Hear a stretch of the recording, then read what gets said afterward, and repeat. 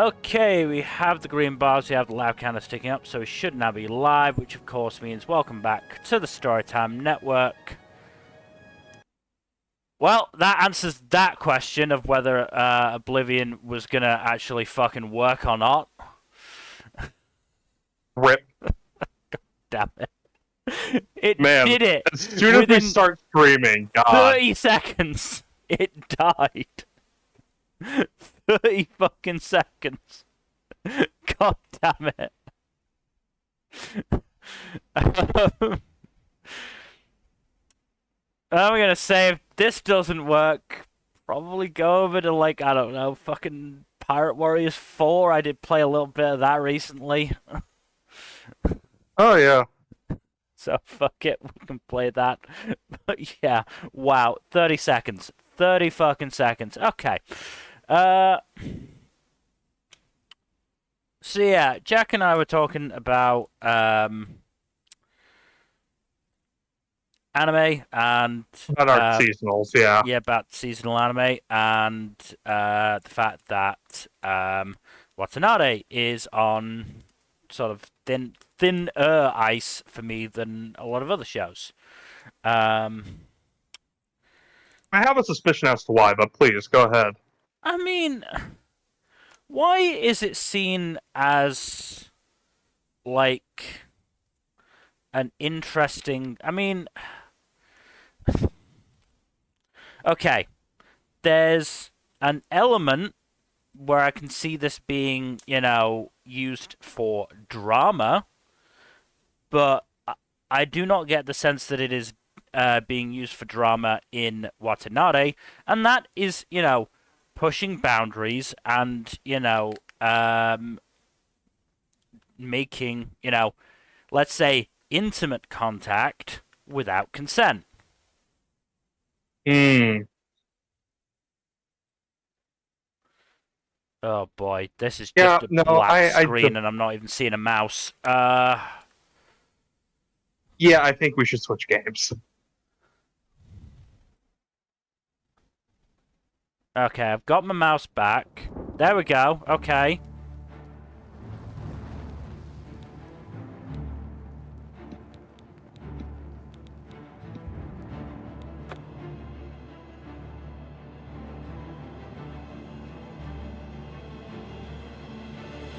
Right, let's see if it'll load. Hey! Let's see if it'll load this time.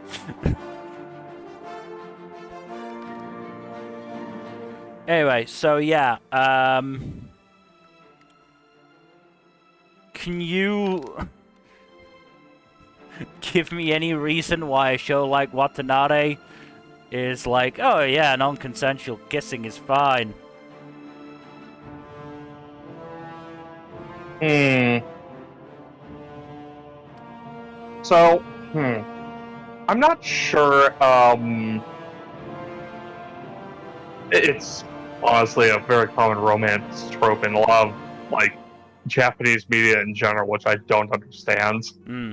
But, in Watanabe in particular, it's at least somewhat framed through the lens of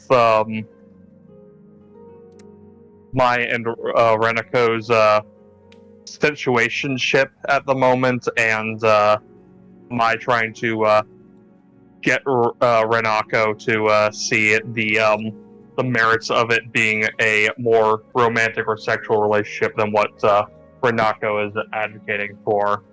So she's basically being very pushy about it because she very much wants a romance, and is very much her first time experiencing romantic.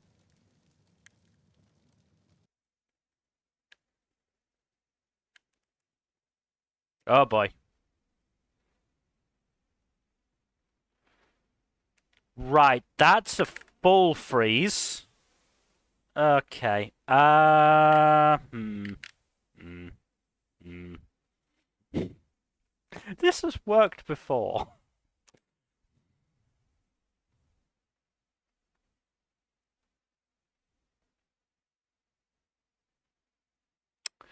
This is not good. If anybody can hear me, I don't know.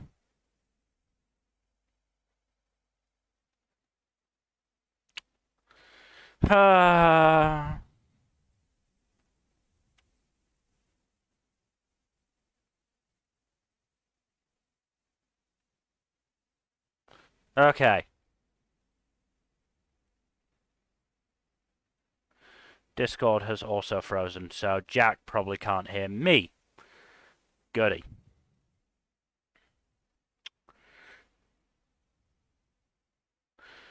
Give me a second.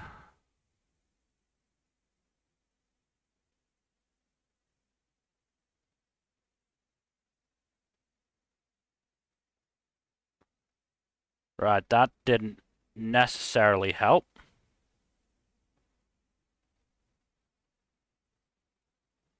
Let's try something else.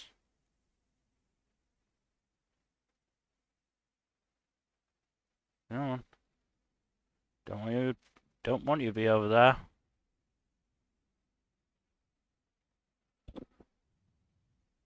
Hello? Oh, now Jack's not there.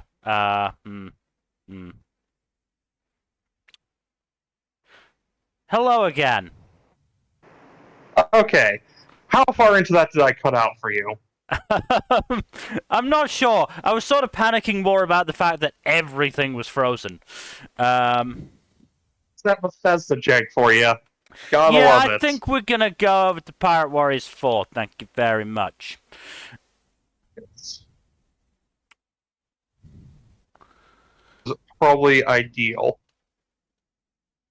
I believe I'm trying to remember. I believe you cut off somewhere in the realm of Maya's trying to convince Renako about being a romantic, about the benefits of a romantic relationship. Yes, there's that, and also just Maya is both just a very aggressive and assertive person by nature, and also just does not know how to handle or express her feelings in any way because of her inexperience with romance. So just a bad combination altogether on that front. Okay. I can give you the inexperience with the romance bit. The stuff before it doesn't make it better. I'm not saying it makes it better, but I'm saying it's a case of this is why she is doing this. This is why she is the way she is, type thing. Because I don't know if she says in episode 2 or 3, or maybe 4, but she says she's not used to being told no, because that doesn't really happen with her all that often. I think it might be 2, to be fair. She might repeat it. Yeah. Yeah. Regardless, it's a case of just assertive personality, not accustomed to saying to hearing no, and inexperience with romance. It doesn't justify some of the stuff she pulls, but still.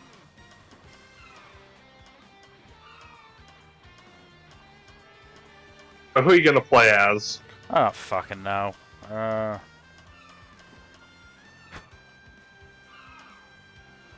gonna play with Carrot? Carrot's a fun one, I know. Yeah, I'll start with Carrot. I mean, maybe the issue is my standards for this kind of behavior, and especially in Yuri, are... It's Bloom, because Bloom set the bar way too fucking high for everything. Yeah, because the one non-consensual kiss from Toko, she immediately, like the next day, apologized for it, and then didn't do anything else like that again, if I remember correctly. Yes. Again, Mill, we are spoiled by Bloom, because Bloom is the best Yuri, period. I know, but that... I'm sorry, it's still, you know, absolutely... It's unfair in general to compare things to Bloom. It is, but it still happens. Yes. It's absolutely still gonna happen. I can't erase the voice in my head that says, Bloom did it better. Yeah, Bloom did fucking everything better, Mel. Come on. Bloom didn't do this. No, Bloom did not have a buddy girl beating the shit out of a bunch of pirates. But that's not the point. Am I being disingenuous? Yes. I'm doing it for shits and giggles. Yeah.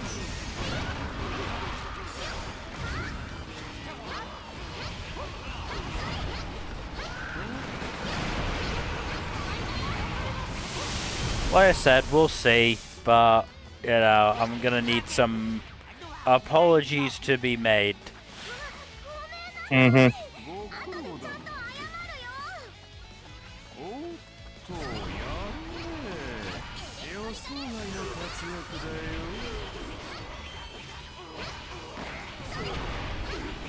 I mean, the point is, you know, there's also a part of me that's just, like, wondering how a relationship can then be formed if that kind of trust is broken. Mm.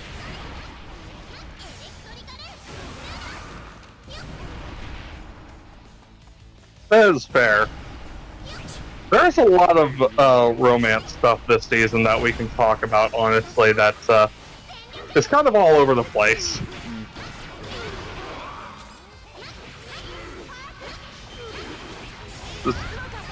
I have to look at the list, but this is a very romance-heavy season, if we're being honest. There's not a lot of action, which is going to be interesting come the awards. Best fighting, best antagonists are going to be very interesting awards. You've got Danadon, you'll probably be fine. Oh yes, I will be.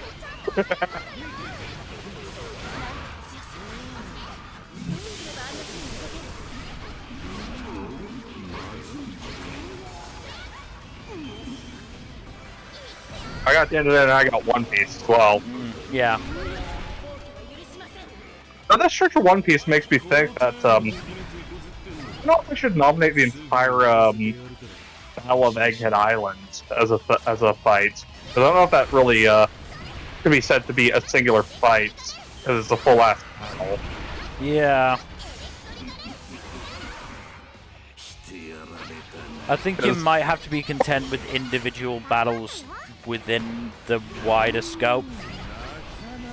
The thing is, though, like, broadcast piece, like, overlaps with a lot of individual short skirmishes and fights. Yeah. So, and a lot of the fights, like, ebb and flow between different opponents. So it's kind of hard to, like, pin down a single stand-up battle after Luffy versus Kizaru.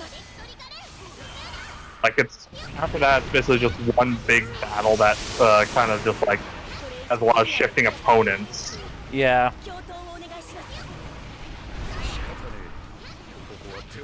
If the only other, like, battle that we get that's, like, one-on-one for its duration is Zoro versus Lucci, and a lot of that's both off-screen and it gets interrupted, kind of interrupted at the end, even if Zoro does effectively win. Of course he does, because Lucci's a bum. And a fraud. Look, I'm all for Lucci slander on this channel, but Lucci isn't, like, incompetent, unlike Spandam. You're setting the lowest of low bars there, you realize. Yeah. Again, though, like, going through the Egghead, like, he actually is fairly competent. It's just a case of he's dealing with, whatchamacallit, the whole thing of being vastly overshadowed by the people he's fighting against. Well, that's his issue. He shouldn't have picked a fight with fucking Sun God Nika. Yeah, he's a normal fish he's a tiny fish in a big ocean, basically. He used to be a regular sized fish in a tiny pond, but now he's seeing just how big the world is. He is honestly like one of the higher level fighters in the series. It's just he's going up against people who are like at the top. That's fucking him over. I still say he's a fraud. Completely fair. With, you know, no personality. Man, you're a hardcore on Lucy slander. I don't like him. I have a more positive opinion of him than you do, but I'm not gonna say like he's the best character Oda's written. Oda's written several better antagonists. He's just not interesting to me. He just... I really don't understand what people actually like about him. To me, Kizaru and Saturn are the much more interesting antagonists than Egghead.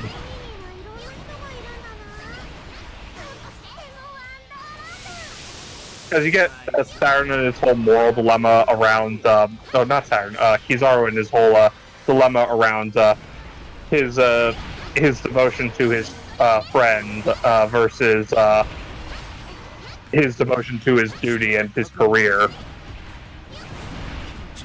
And how that fucks him up emotionally when he kills his friend because it's his job. And then you get Saturn being one of the most evil motherfuckers in the entire series.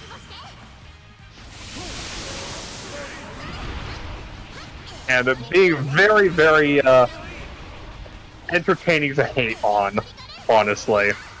Meanwhile, you got Lucci, who's just a fucking cat assassin dude. He does come across a lot lesser between Kizaru and the Elders. You know, let's live up to the hype. I mean, he's not even that interesting in Water 7 and Enies Lobby.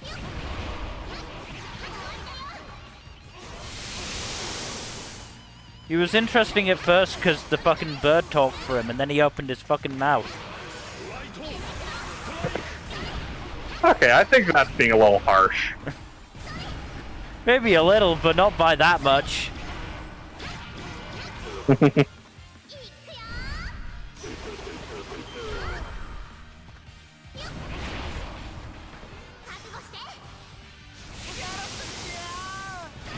Like, I'll give it, he's probably more interesting than some of the, you know, weaker, fucking, Water Blue, like... East Blue, you mean? East Blue, yeah, East Blue villains, but, you know... Otherwise, he's really not that high up on that list.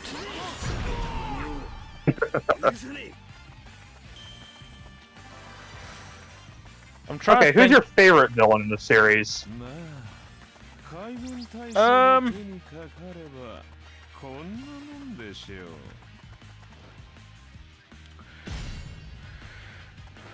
I mean, it depends what we're classifying as villain. Antagonist. Let's go with antagonist, because that's a broader umbrella. Then Katakuri is easily my favorite. Mm-hmm.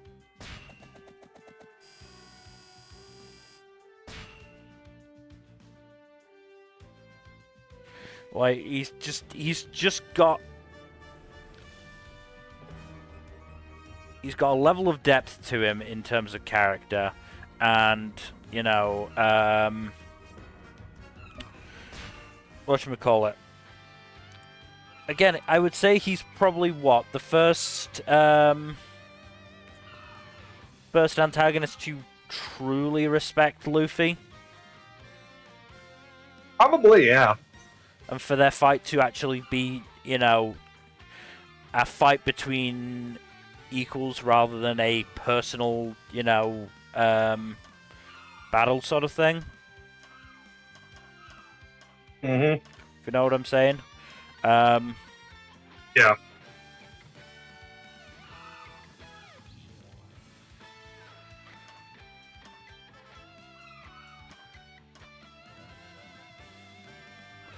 Well, I mean, that's the thing. Again, I'm just trying to think. I'm just trying to go through all the villains in my head, and obviously, there's a lot there.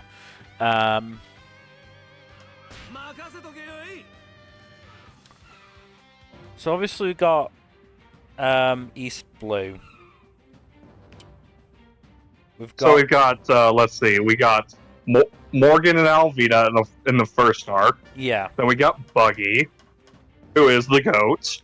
Buggy is great. Honestly, Buggy is great, but he's honestly best when he's not like a straight up antagonist. Yeah, oh yeah.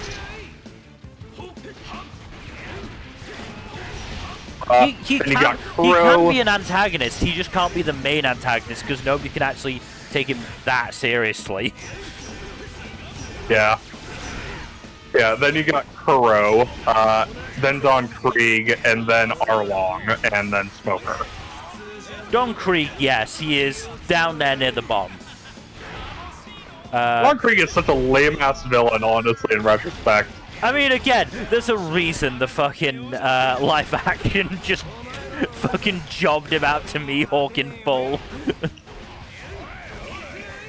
Yeah, he contributes the least, honestly, of the main arc villains in East Blue. Honestly, he's just sort of there to give Luffy something to do at Baratier while, you know, Zoro's obviously doing his, whatchamacallit, his showdown at dawn with Mihawk. Yeah, like, it very much felt like Oda basically just went, okay, I've got to give Luffy something to do. I can't just have him not have a fight here.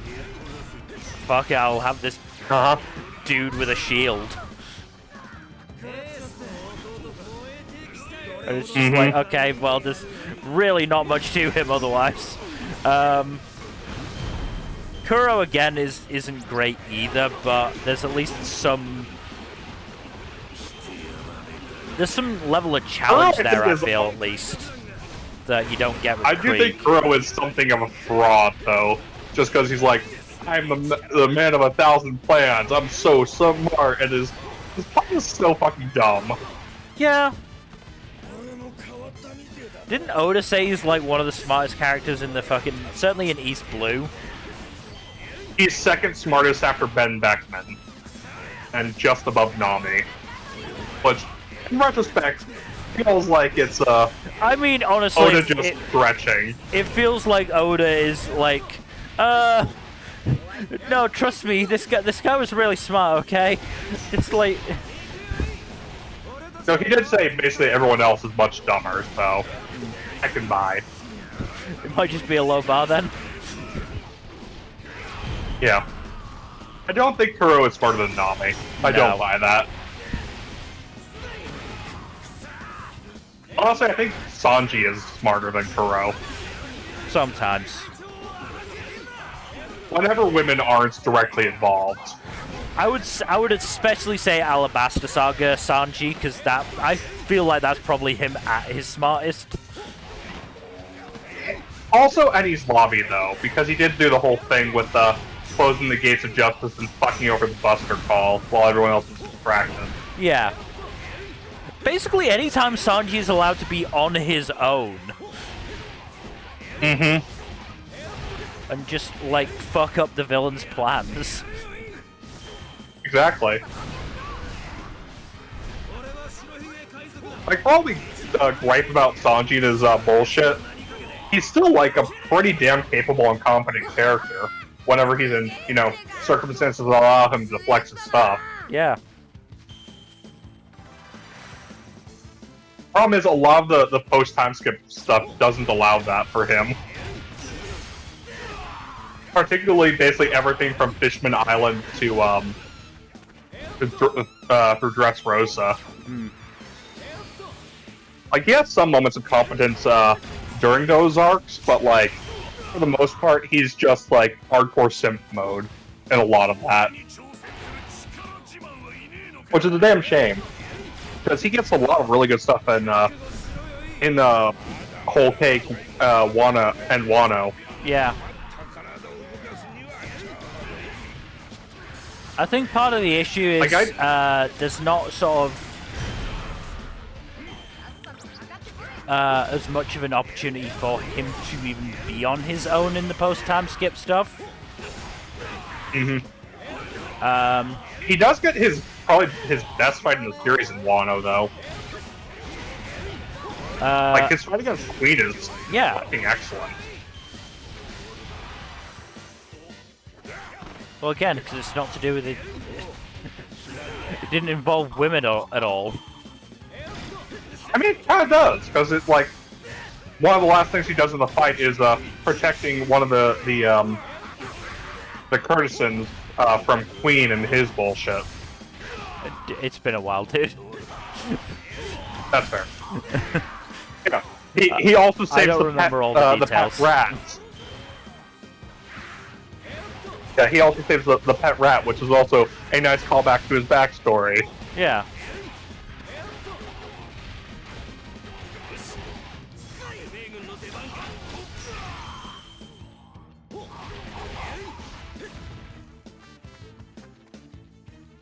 Yeah, like... here's the fraud himself. I mean, the double fraud. The worst devil fruit user in the entire series. Oh god. Yeah, you call Lucia fraud. Luno is so much worse. He has a busted-ass devil fruit, and that he uses it so suboptimally.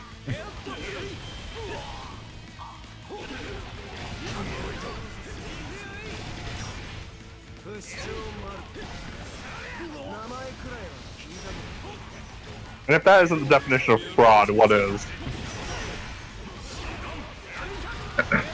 I mean, I know you're not on Twitter, but for some reason, Marvel fans have gotten into power scaling. Oh god. And there's been a lot of fucking this is Franklin Richards. This is about Franklin Richards and damn it. Jean Grey, and who was the third one?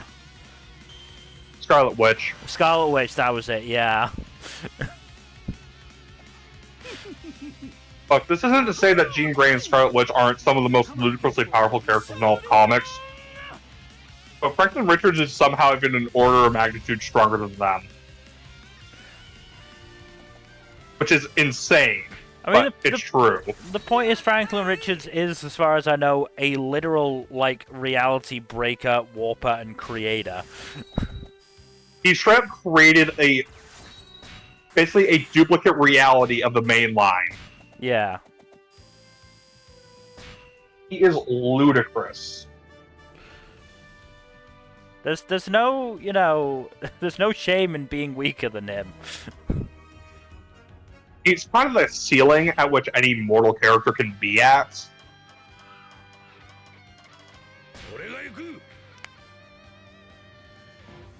Like, above him is basically like God. Yeah.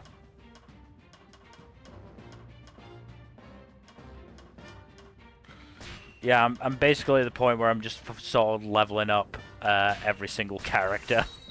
Because I can. I might as well put this shit to use. Yeah. Oh, cool.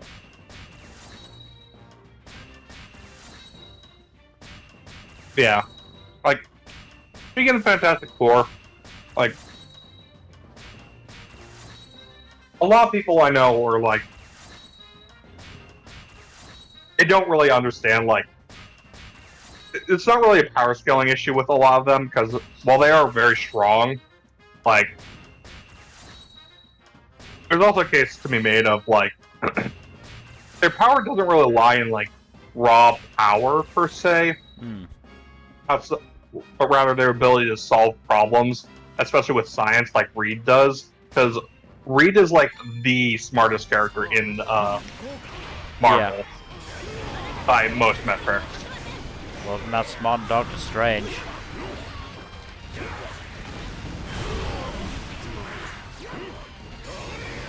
I mean, I'm talking about the comics continuity. Look, whenever a writer says this person's the smartest person around, like, it's a whole thing of, like, you have to take their word for it at least somewhat, because it's very difficult to write someone who's smarter than you are. Yeah. And, like, Reed Richards is smarter than any human being could reasonably expect to be.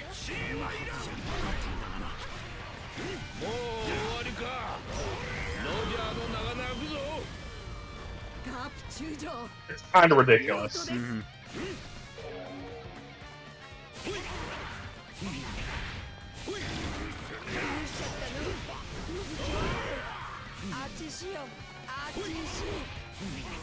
I think there's a whole thing of like who the top 10-ish smartest people in Marvel are. One character, Amadeus Cho, is like cut as the 8th smartest man on Earth, or something like that. Yeah. When he's introduced, I don't know the exact ranking. I don't really care enough to look it up.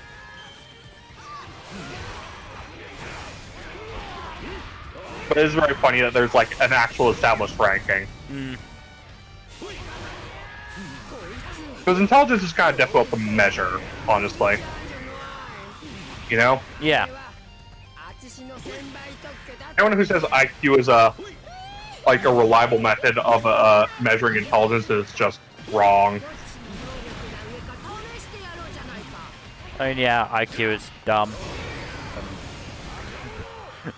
Anyone who brags about their IQ being high is also probably dumb. Mm-hmm.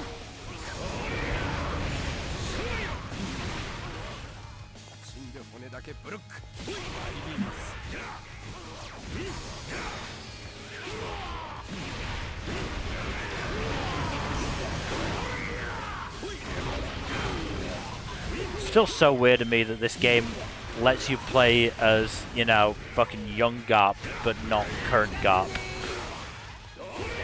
That is wild, yeah. I forget, is Rayleigh playable? Old Rayleigh is, not current Rayleigh. Yeah. Because it was... As an old Rayleigh, not young Rayleigh? No, you're able to play as young Rayleigh, not current old Rayleigh. I should have worded it better. Oh, so Prime Rayleigh, gotcha. Prime past Rayleigh. Yeah. Because it was all part of the same pack as young Garp and Roger. And Roger, yeah.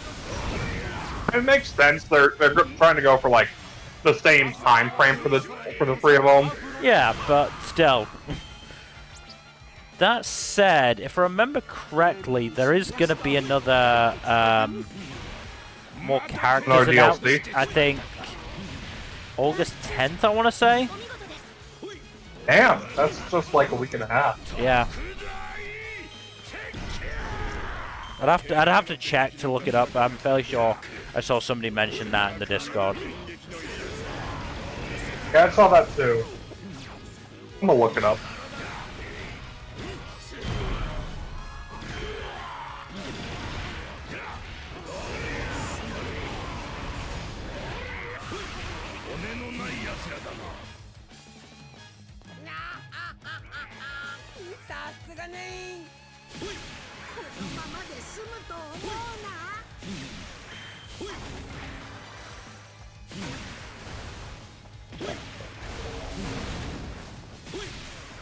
Alright, let's see. Okay, so it's decided by fan votes. Interesting. That could have some very interesting results, depending on who wins. Yeah. I assume it's going to be characters that aren't already in it. Yes, I would assume so as well. The article I see is from February, so this is a few months ago. Still. I think it could be. Yeah. Well, who's popular that's not in the game yet is the question. Because we could look at like the world popularity poll or like Japanese popularity polls and see, but like most of the popular characters in the series are already in the game. A couple of them have 2 variants. Hell. At least 2. Alright, start throwing out some characters and I'll say if they're in or not. As far as I remember. Let's see. Smoker. Smoker's in. Shigi. Shigi's also in. I know all the Emperors are in, I know all the Warlords are in. Actually, no, Weevil's not in, but Weevil's not popular. Weevil is not popular. like easily the least popular warlord by a country mile. I mean, it says It's something Kuma that I in the don't think game. he's been in the series for quite some time now. And nobody's given a shit. Yeah, Weevil's just not a popular character. Kuma. Is Kuma in the game? No! Pacifistas are in the game, Kuma isn't. Kuma might end up being in. Especially given the timing. Fucking percent gonna be in, especially because of the flashback. Yeah, no. Kuma's pretty much almost certainly going to be one of them, unless they decide not to for some reason. But there's enough giant characters that I would be surprised. Not to mention, like, the whole thing of, like, we've seen basically his whole power set. We don't. Yeah. There's no real reason to, like, put them on the basis of, oh yeah, no, we don't know their full power set yet. Haha. Maybe one of the 5 elders might be in. Could be an interesting one. That one I think is going to be tricky just because of the nature of their powers and it involving, you know, immortality. Yeah. Oh, Bonnie. Bonnie is not in. Again, could be a really interesting one. Could be an interesting one to play. Her powers are very mechanically unusual. I mean, I've seen there are weirder characters already in the game. I mean, fucking Uta's in the game. Her powers are way more fucking Uta. Oh yeah. Like, her powers are way more fucking weird and abstract than a lot of other characters. I'm trying to think who else is reasonably popular who could be in the game. I'm just gonna look at character list for One Piece. That might help. Or you could get lost in the sauce. I will get lost in the sauce. I have accepted my fate. Are any of the... No, the Vin Smokes are all playable. Vin Smokes are all playable, yeah.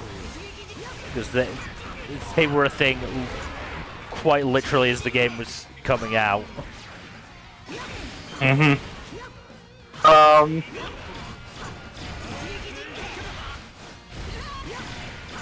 I'm pretty sure Bartolomeo is playable. Bartolomeo's in the game, yeah, I believe, yeah. Is Cavendish in the game? Actually, I think so. He's certainly in the game. I can't remember if he's playable or not. Yeah. There's also Donsai, and Harden are probably the other ones from the Grand Fleet that are likely to be in. Try to make the cut. I think Cavendish is playable. My instinct says yeah.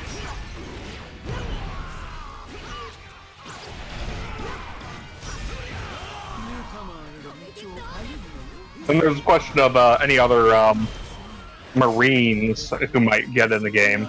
I don't think there's really many who merit the... Because all the admirals are playable except for Greenball, if I remember right. And again, he's not that popular, is he? Mm-mm.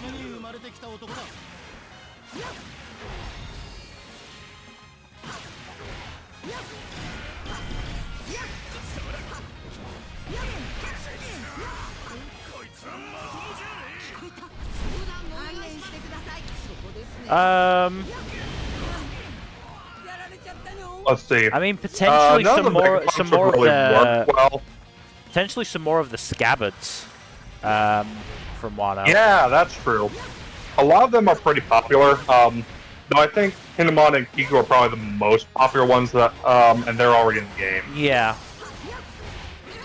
I mean, I'd say the ones who aren't, probably Denjiro is the most popular. Denjiro, Cat Viper, and Dogstorm would be my potential picks. Those are definitely the ones that most likely to get in. Yeah. I could see an argument being made for Kawamatsu, though. Yeah. I don't see Ashura Doji or Raizo making the cut, unfortunately. Probably not. Which means we don't get to... Maybe Raizo? Which means we don't get to play out the greatest battle never seen in Pirate Warriors. The ultimate ninja duel. Yeah, So funny. Do you think any of the Toby Ropa would make it?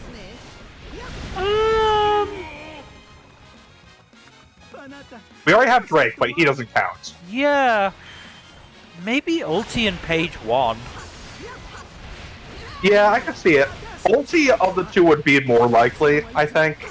Yeah. Just if they're limited on slots. Yeah, the other ones don't strike me as popular. No.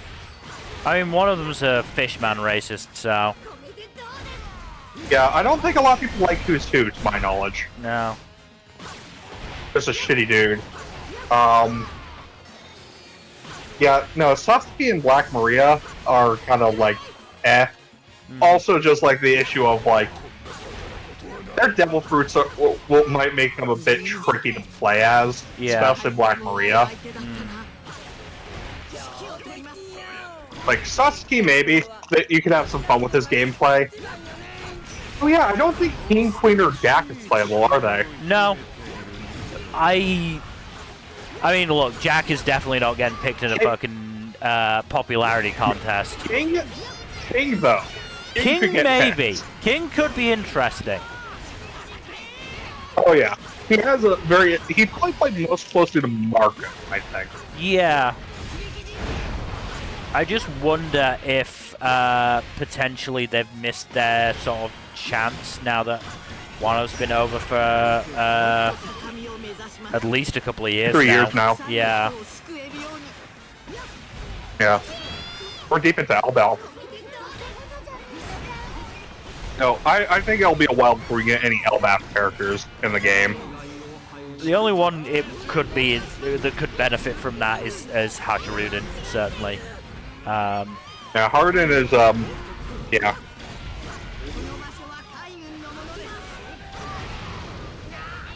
I mean, the thing is, a lot of the Giants, we just haven't seen them do their whole thing. Yeah. We haven't seen their movesets. Dorian Broggy, maybe. Maybe. Maybe a package deal, though, and not to mention... The thing with Giants is that they're much fucking larger than any other playable characters in the game. That's the thing. The largest characters we've currently got access to are the likes of Whitebeard, Kaido, and Big Mom. And even the smallest Giants are 2 to 3 times that size. So yeah, I think that's probably going to be what stops them. I mean, there are giant enemies, because there are giant marine enemies in the game. They're fucking huge. And they are huge. There's also, I guess you can maybe consider Jack as well in his mammoth form. Which I believe is the only... I don't think that Mammoth Jack is that giant. No. Again, I'm just sort of thinking of big characters.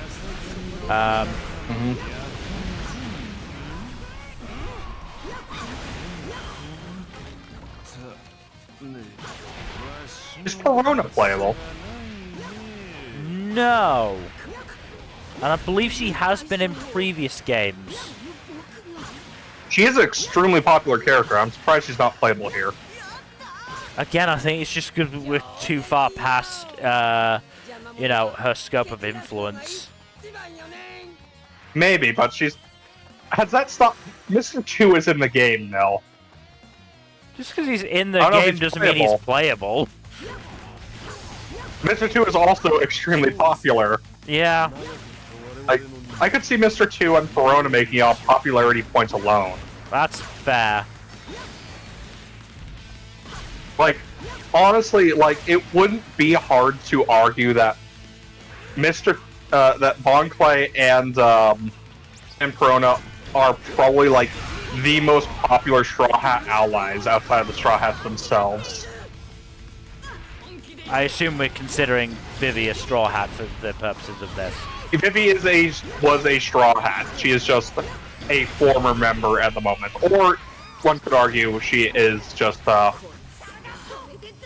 currently on hiatus, one might say. I mean, she's absolutely their diplomatic liaison. Yes. How much you want bet she's going to actually reunite properly with them after Elbath? No bet. No bet at all. Look at that. Lucci went down in one fucking attack, that fraud.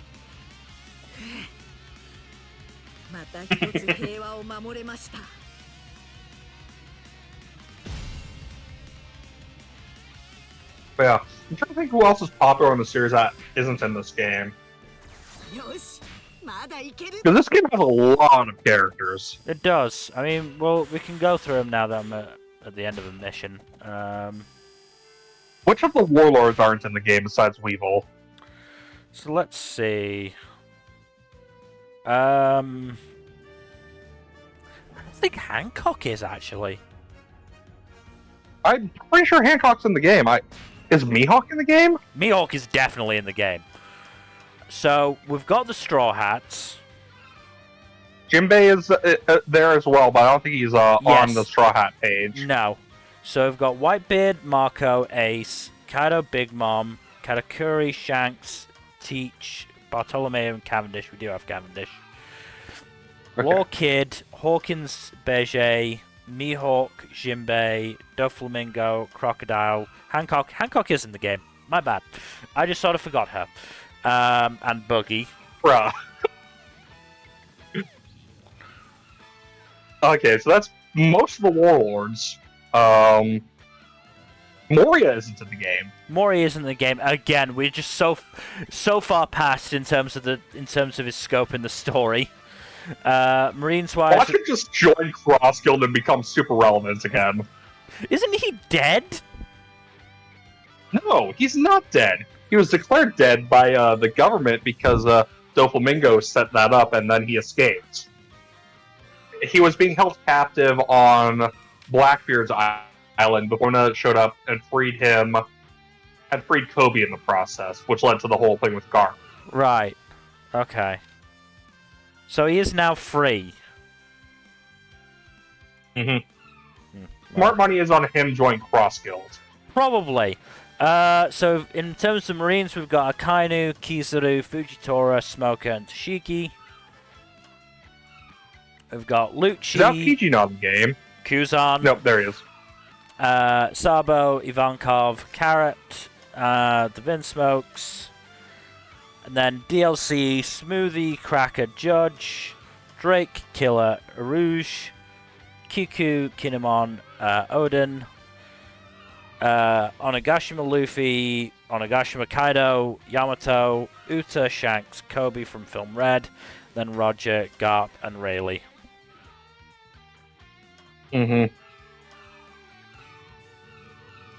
So yeah, a lot of characters who didn't make the cut.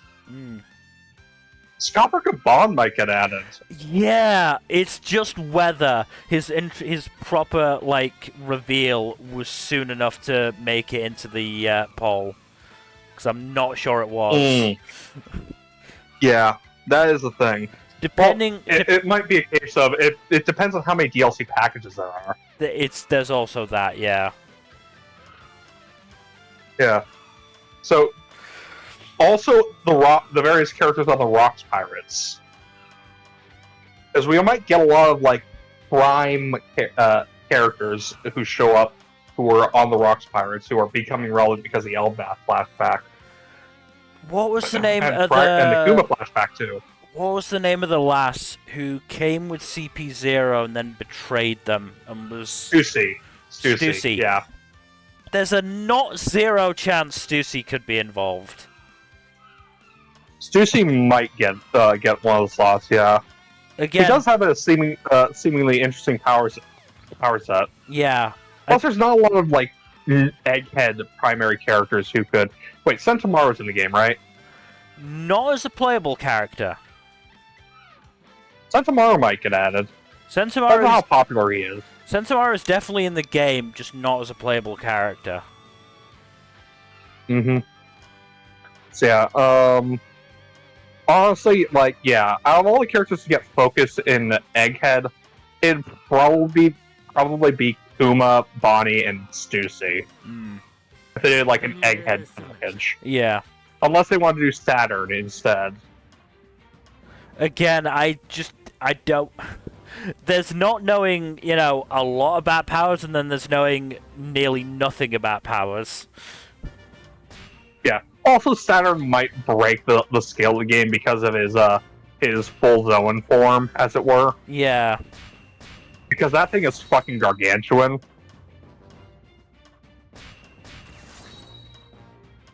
And that is Robin 100%ed. So now we move on to Frankie. Hell yeah. Just gonna go through all the Straw Hats, basically. Again, I'm just going through characters. I'm just starting with the Straw Hats because they're the first on the rank, so... There. If I'm gonna play this game, I might as well get everyone up to full if I can. Understandable, honestly. Yeah. I don't know if they'd actually put Vivi in the game, because she's not really a combat-oriented character the way a lot of others are. No, I don't think Vivi would make it. Yeah.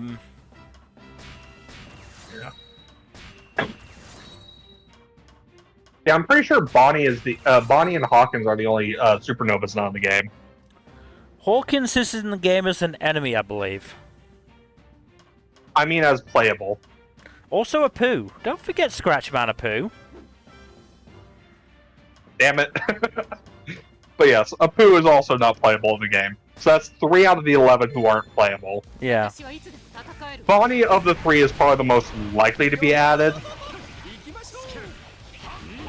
Again, it would be kind of weird if they didn't add her at this point. Apu and Hawkins very much seem like if they were gonna get added, they would have been added at this point. Yeah. They're just not really relevant to the story anymore. Because, like, their time in the spotlight was fucking Onigashima and Wano. Yeah. How funny do you think it would be if they added fucking Leo?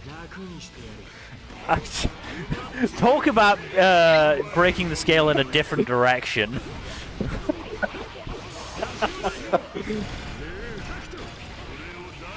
Yeah.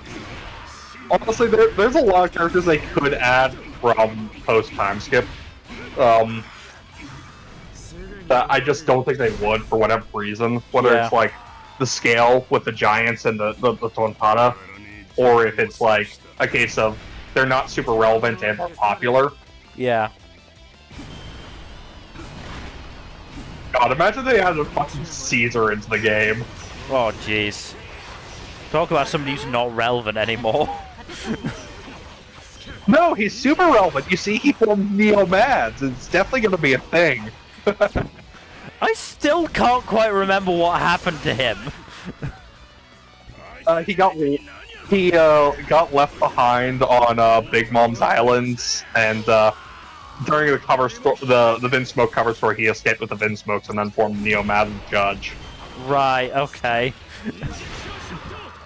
And then during broadcast piece, you see him and Judge just bitching about Vegapunk dying before they could do anything to surpass him. Fair enough. I think it's Caesar doing most of the bitching, not Judge. Wouldn't shock me. Caesar's a bit of a bitchy boy. Like, I genuinely don't remember anything with Caesar past, like, some point in fucking,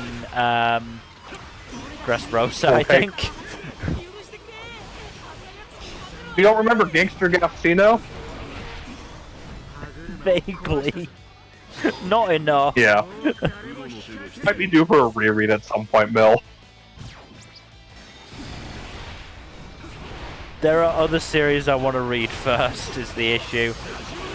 Understandable. I mean, you can just break up the reread into arcs if you want to make it easier on yourself. I probably should. The last time I tried to do a full reread, I tapped out at fucking Ennie's lobby. Yeah. Yeah.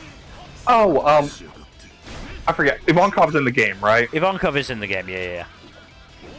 Playable? Yeah, Yep. I'm pretty sure. Yep. It's Inazuma. No, Inazuma isn't playable. No. Don't know if he's in the game Because at he all. would be really fun to play as. Yeah.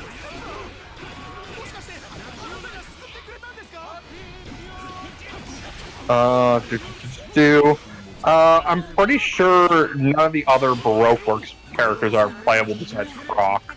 No.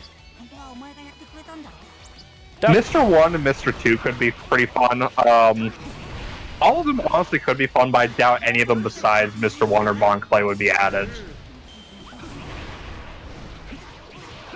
You know? Yeah.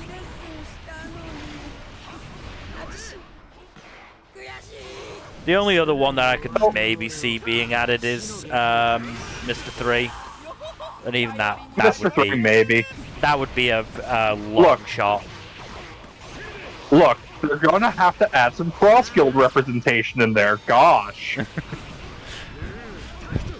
Yeah, but if we're adding cross-guild representation, it just needs to be a bunch of forms of Buggy. He is the face of cross-guild. Yes. They just add Buggy Big Form as a skin, and that's it. The only thing that Big Buggy! the first time he gets hit, he fucking, like, explodes like a balloon, and then it's just regular Buggy again. Yes. Honestly, I would be Amazing. fine with Excellent. that. No, no. I would be fine with that. Yeah, same. I don't think it should be its own character. I think it should be like a skin for regular Buggy. But I would 100% like try that at least, even just once, just to see it happen. Mm-hmm. Do you think any of the Big Mom pirates, besides what we have, would be in the game? No, again, I think we've got the Big Mom characters now. I think we've got the whole Cake characters. It's basically just Big Mom and Katakuri from her crew, isn't it? Smoothie and Most of Cracker. the others are NPCs. Smoothie and Cracker got added as like the first round of DLC. Right. Yeah. I think that's as far as we're gonna go. Like, who else would it be? Is the point? I don't know. Pudding's not really a combatant, and she's probably the most popular character in that group outside of Katakuri. I mean, fucking Perispero is in the game. Is he an NPC though? He's an NPC. Yeah. But again, I don't see him being added. Out of all the characters in that crew, I think it'd probably be like have the most viable playability. Probably Perispero, Amande, Oven, Brule, maybe.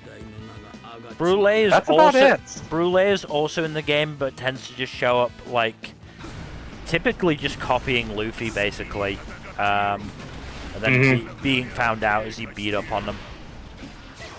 Yeah, that sounds about right. Yeah, we already talked about Kaido's crew.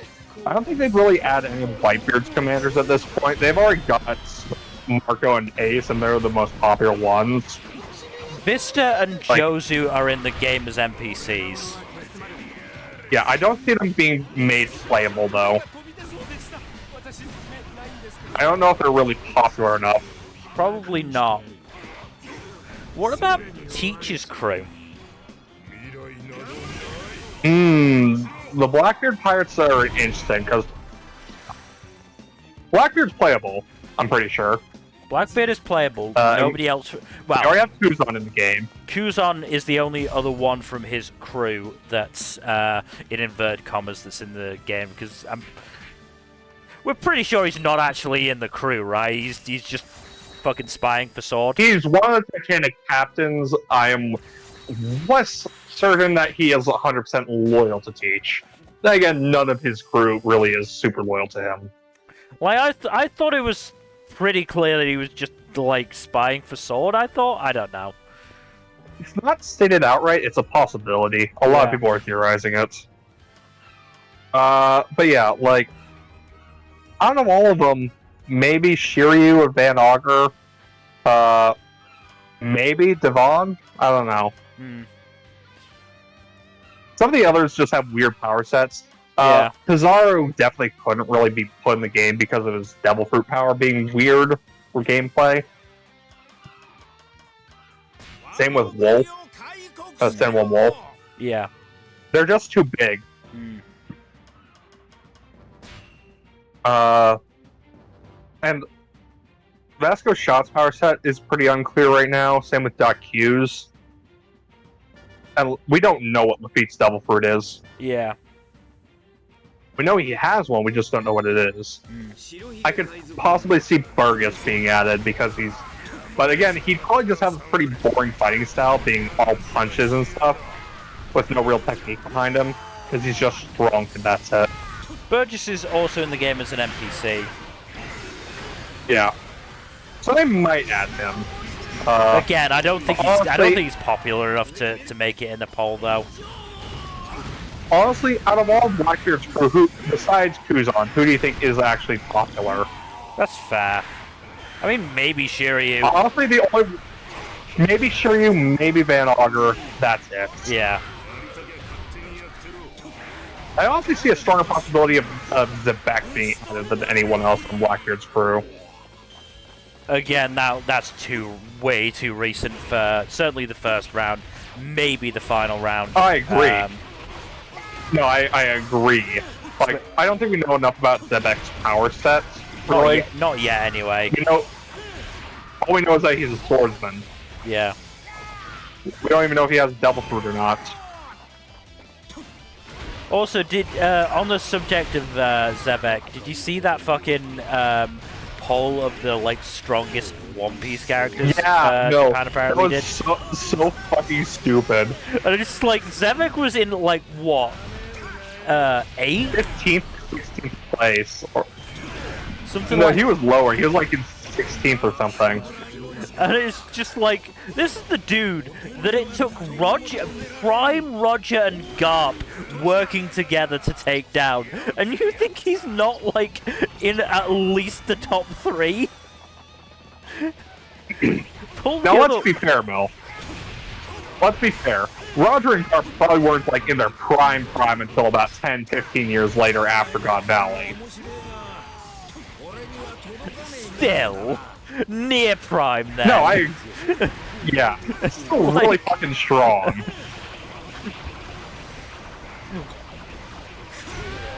I think there's still an argument to be made that Roger and Garp at that point were still, in the top 5 or 10 in the world. Mm-hmm. Oh, easily. And the fact that it needed both of them working together probably puts Zebek again, top 1 or 2. We really don't know how strong Emu is. Again, that's the only reason I'm not saying top 1 on his own.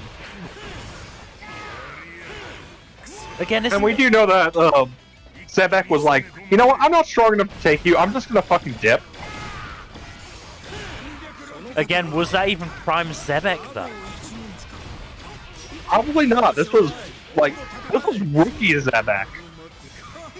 Which is insane to me. Yeah. He was fucking built different. Am I wrong? No, you're not wrong, and that's the point. That's why that fucking list was so hilarious. Yeah. It was clearly a popularity contest, honestly. Yeah. I mean, the other thing is, didn't fucking Zebek basically recruit his crew from people he beat? Davey backfights. Okay, fair. So not necessarily combat. He could just be really good at Davey backfights. Maybe that's where his true strength lies. Maybe he's really good at that fucking ball game that Zoro and Sanji played. One of the things in that is him just murking someone in the boxing game. Also, he murked an admiral as a rookie. Maybe he challenged him to a Davy back fight. You don't know. Oh, that is fucking hilarious, but I doubt that. Honestly, it would be hilarious if this guy who, like, oh, what's his source of strength? He's just really good at Davy back fights.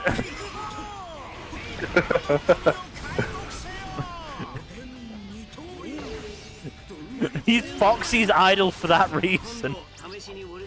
Yes. God, imagine if they fucking added Foxy into the game. Oh god, he could be playable. Like, he could actually be decently fun to play with the slow fruit. Honestly, Foxy is probably one of those characters who was like way strong. Like if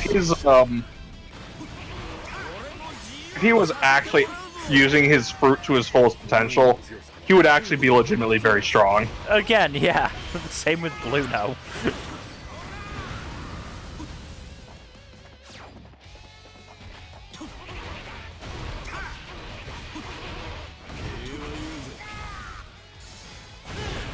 I'm gonna look up the popularity polls, as I'm curious right now. So, I mean, again, if they do the same the world thing, poll. if they do the same thing as they've done with the past DLCs of doing it, you know, 3 lots of 3, I could see one set of 3 being one like end of Wano stuff, one pack being Egghead, and one pack being Elbath. Yeah, that's possible. Or it might be one pack Wano, one pack Egghead, and one pack Miscellaneous. Yeah.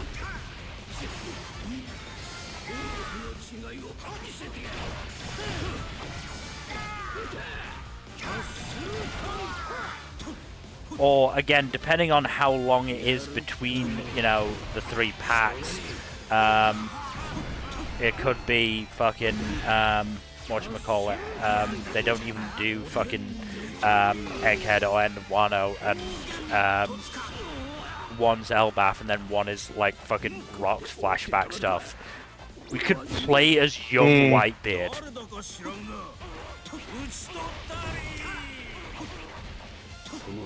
Or young Big Mom. We considered that. Yeah. Yeah. Also, I think every character in the top 20 on the world popularity poll is in the game. Wouldn't surprise me. Yeah, so all the Straw Hats are in the game, and all but 2 of them are in the top 20. Rip to Usopp and Frankie, and Brook also, actually. So all but 3. Jack, I've remembered a character that I can't believe we've forgotten as a possibility. No. When Pirate Warriors whoop slap. God damn it. Yeah, not counting the Straw Hats, there's Law, Hancock, Carrot, Ace, and Sabo all in the game. Yamato, Shanks. Oh, you know what? Rocinante's not in the game.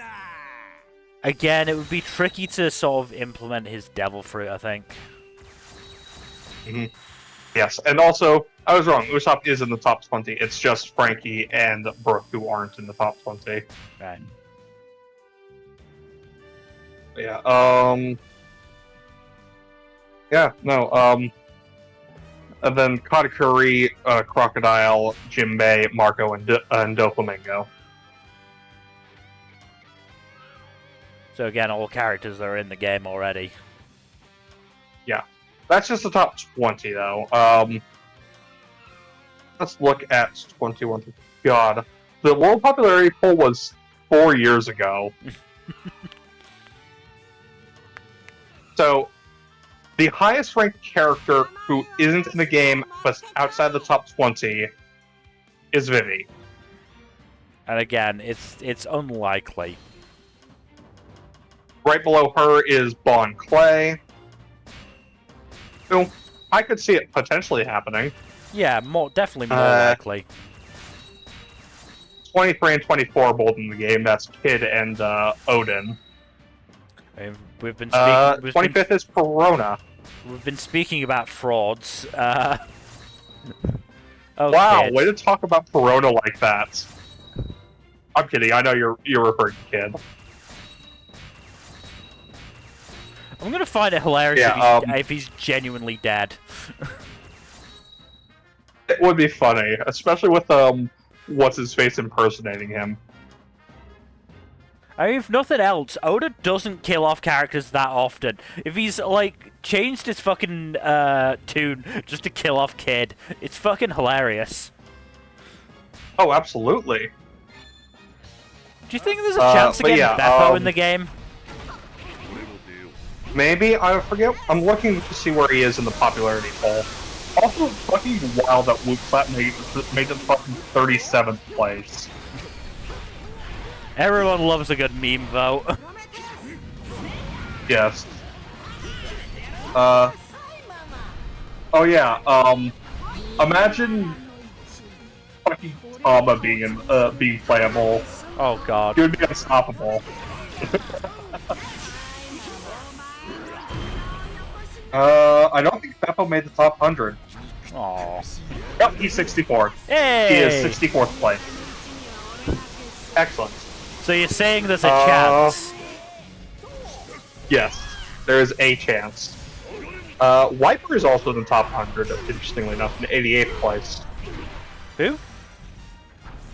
Wiper, the Wiper. dude from Skypiea. Yeah. Oh yeah, Eneru isn't in the game, is he? No. Again, until he returns from the moon, probably too far in the past for a popularity poll.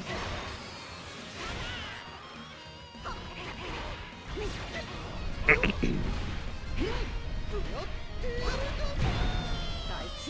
mean, again, unless they really want to do like a fucking past enemies of the Straw Hats DLC. Who else would they include? Fucking Kuro? They could. You don't know. Let's see if Kuro made the top 100. Probably not. I mean, now that you mention it, I'm interested to see where Don Krieg ended up. Let's see. It's crazy to me that Kuma was in fucking 98th place. Again, 4 years Then again, ago. this was before his flashback. Yeah. I'm pretty sure his flashback would have shot him up the list by quite a bit. Probably. I'm not seeing Don Krieger or Kuro in the top 100. A shocker! You know who is in the top 100 who's a surprise? Who? Gaimon. You're gonna have to remind me. The dude who was stuck in treasure chest with a big green afro. Oh, okay, that's not that surprising, I guess. He was likable. Yeah, but he only shows up in one fucking chapter and a couple, like, panels here and there. That's it. Again, everybody loves a fucking meme vote, though. That is very true.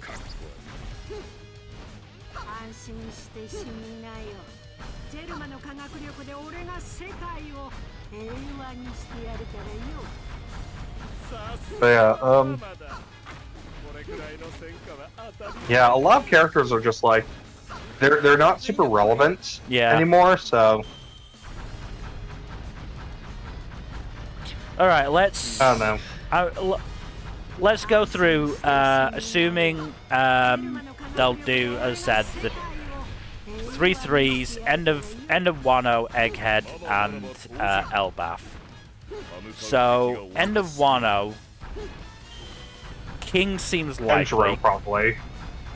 King, Denjiro, and one other.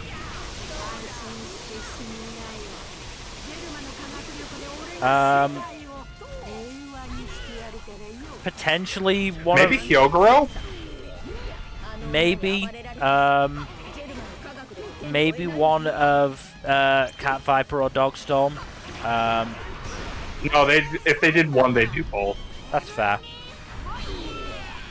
Ooh, you know what? They'd probably do either a Pooh or Hawkins then. Also very probably possible. a Pooh of the two. Though I do think Hawkins probably has a more interesting power set. I mean, they could do Queen as well. King and Queen. Yeah. They probably wouldn't do Jack, though. No, there's no way they're doing Jack. I'm sorry for your namesake, but just no. Dude, I don't fucking mind. It's a card theming, so I understand. Yeah, I think there's a chance of I think again if they do it the way we've been talking about, there's definitely a chance of definitely a good chance of King, a decent chance of Queen, and very little chance of Jack. We're more likely to get Dendro and or Green Ball instead of Jack. Green Bull is possible, I think, actually. Because they might want to have just all the admirals in the game. Yeah. And he'd complete the set. Green Bull is a possibility, I think. Then Egghead. Bonnie and Kuma would be guarantees if they did that. Bonnie and Kuma, and then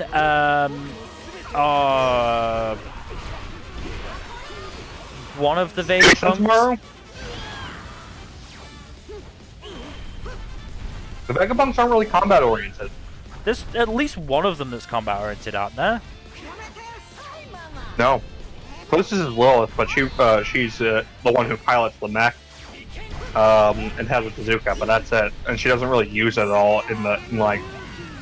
No, Atlas is the combat oriented one.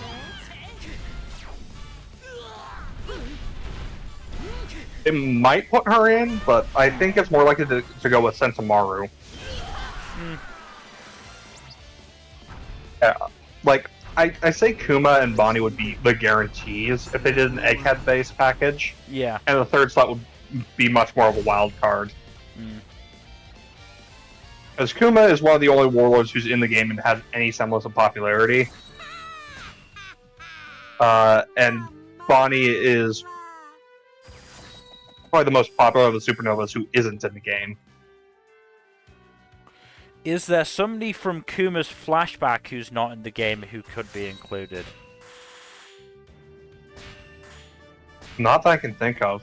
Like, we don't really see much of their fighting styles for the revolutionaries. Yeah.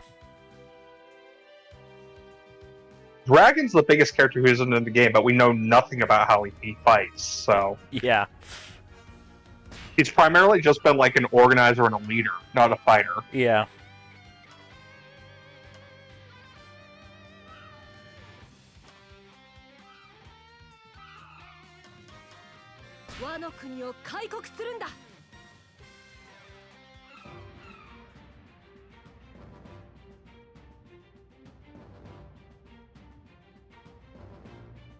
I mean, the other choice, again, is one of the Marines from the battle on Pirate Island.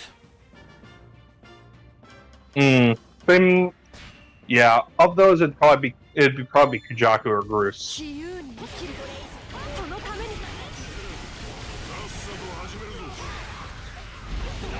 But I don't know how well either of their abilities would really lend themselves to like a Pirate Warrior style game. You know? Is there not even the slightest chance Helmeppo could get in? You know what? That's fair. It could be Helmeppo.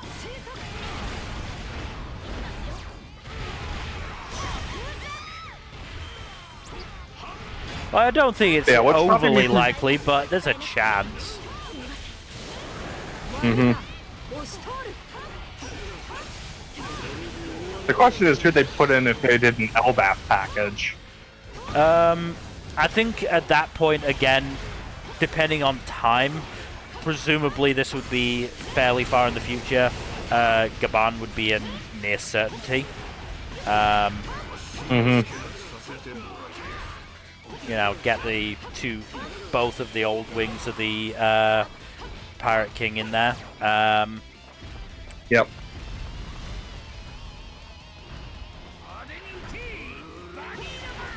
Trying to think. I don't know if they put any giants in there though. I don't think they put giants in. Very hard to make playable. Maybe some of the Royal Knights.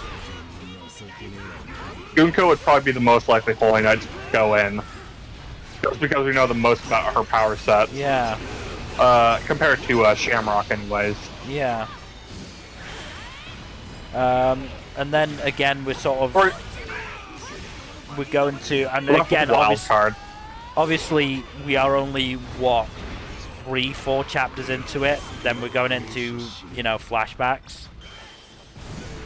And seeing who pops up there. Again, it's very possible we could get Zebek himself. If we learn enough about him, we could get young versions of Whitebeard, Big Mom, and Kaido. From what I can tell, Big Mom and Kaido aren't going to be major players in the Rock's flashback. The Rock part of the flashback we're getting, just because they have been shown as part of the initial crew.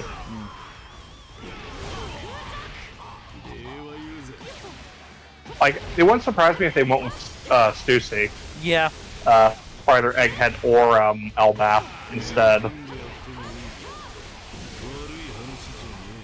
Yeah, I don't see it being likely that they include giant characters in this game. I just really hope one of them isn't fucking Egghead Lucci. I don't think it would be. They have enough options otherwise to pick someone else.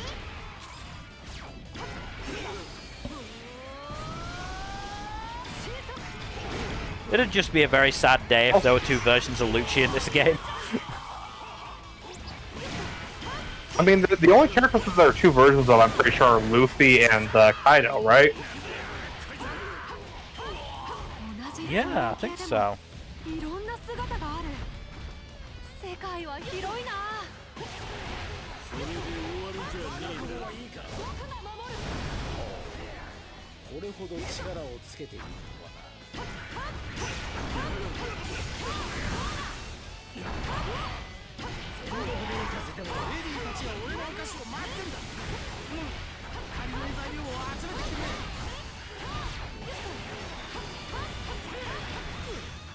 Give Perospero a beating, don't mind if I do.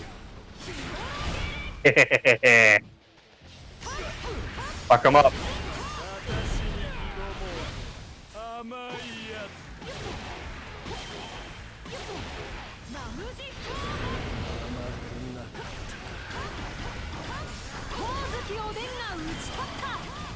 Oh, yeah.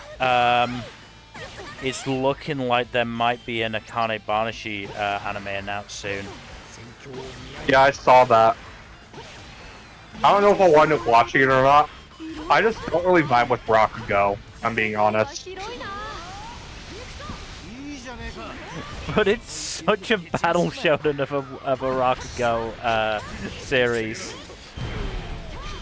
And there's so much... There's so much Yuri subtext.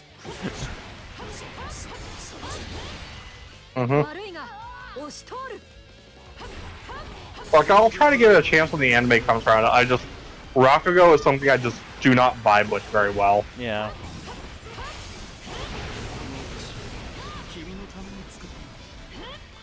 Oh, you said that about sports, and you're watching some more sports-adjacent series now. True. A lot of it's like genre hybrid stuff. Again, Akane Banashi is very genre. It is a Rakugo series written as a battle shonen.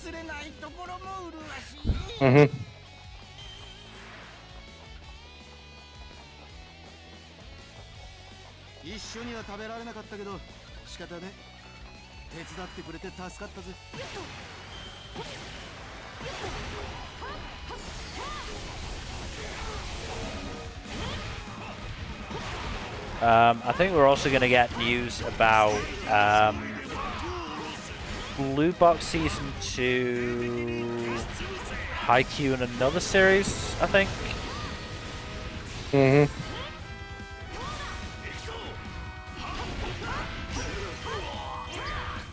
I mean, now Haikyuu's got that fucking gacha money behind it, so...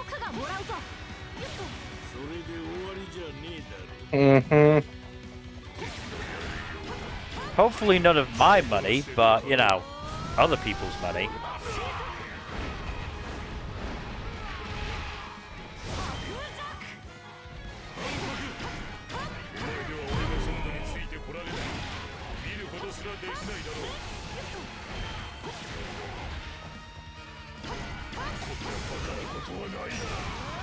I mean, if nothing else, hopefully I'll be able to remember the lesson I learned from the Black Clover and Mob Psycho gotchas, which is these games are not guaranteed to last for any length of time, so there is no point putting real money in.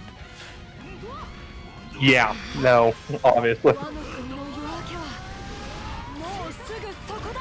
That's part of why I refuse to invest in any other gotchas. Yeah.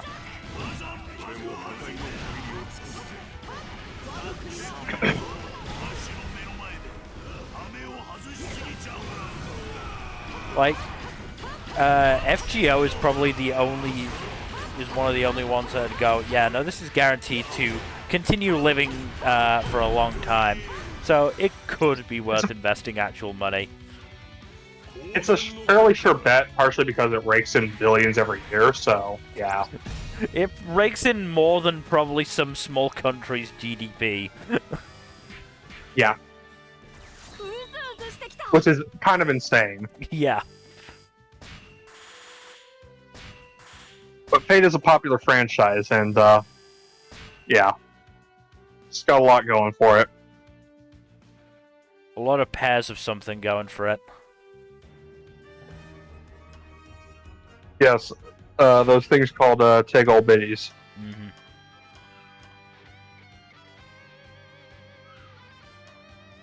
Vast areas of plot. Huge tracts of land.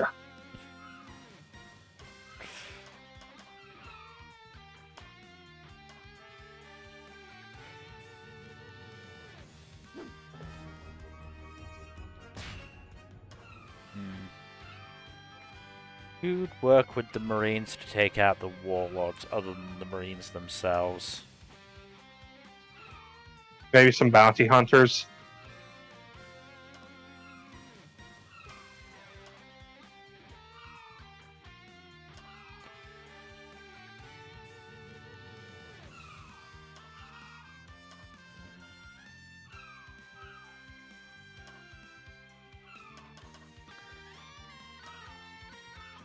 If I had leveled up, I'd probably use Drake, but unfortunately... I could just do Kobe, but I've already played as him during the stream. I could play as normal Kobe, which I didn't think was a thing.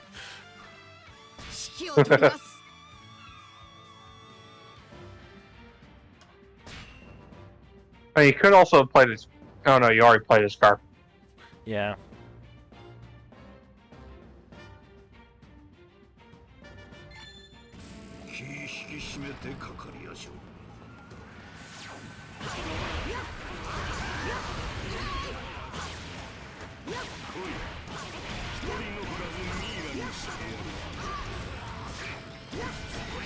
One of these days I'll finish Film Red.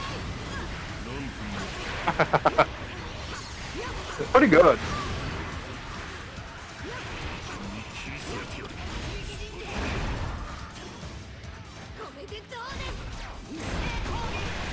And speaking of movies, Aniplex has finally deigned to put all the Bunny Girl Senpai movies on Crunchyroll. Mm-hmm. I mean, you know, Rascal Doesn't Dream of Santa Claus is only, what, fucking 5 episodes in? 4 or 5 episodes, yeah.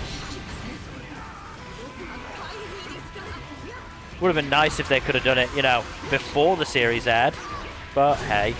That would have been nice. But, you know, Aniplex is dropping the ball. They're more iconic pairing. They ever caught the ball?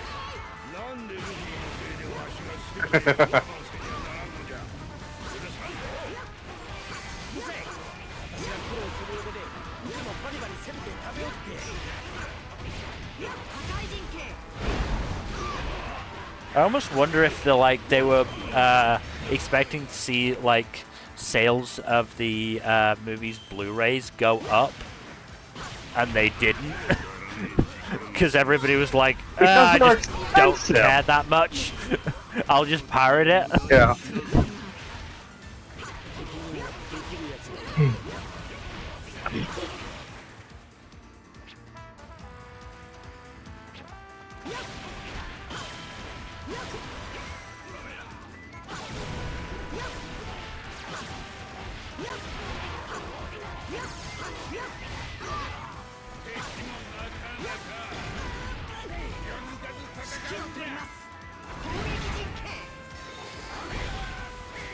But yeah, I'll certainly... The issue is, I kind of want to do, if I'm going to watch all three of the movies, I also kind of want to do a full fucking rewatch, because it's been a while since I've watched the original series. Mm-hmm. Well, you can probably do that in the time between this next anime stream and the mid-season check-in. You'll have a few weeks. We'll see. At the very least, try to do it before the end of season. Yeah. They'll give you more than enough time. You'd think so, wouldn't you? Yes, I would think so. Great time management, but I can at least accomplish some things.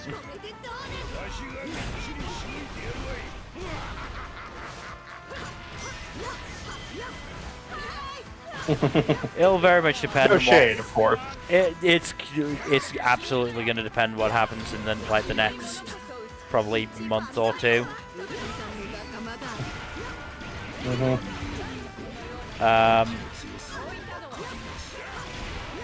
My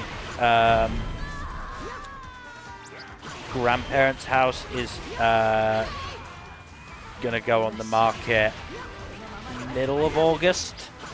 And once that's sold, I'll get a decent chunk of money from inheritance. It's just a question of how long it fucking takes to sell. And you know,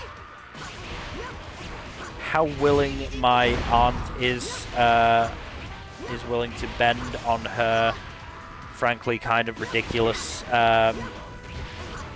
like necessities for a buyer. Oh yeah, you mentioned something about that.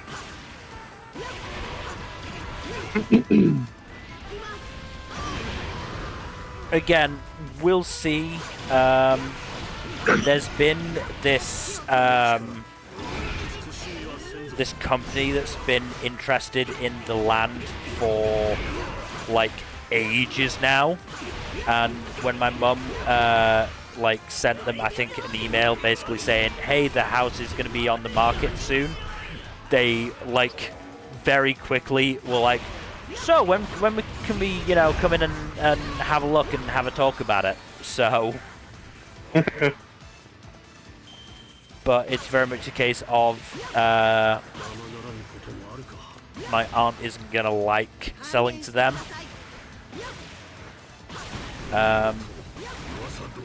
And it's also dependent on, you know, what kind of offer they make.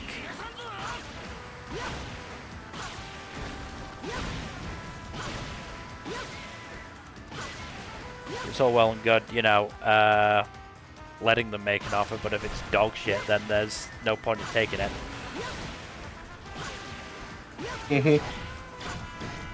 But yeah, it's very much gonna be let's wait and see thing. Once I get that money in, I can, you know, well, as soon as it happens, I'm intending on taking at least a week off, if not longer, if not 2 weeks.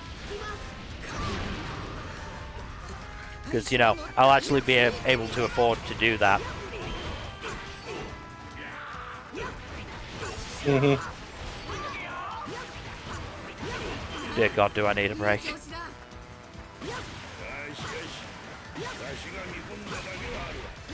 Life is unforgiving.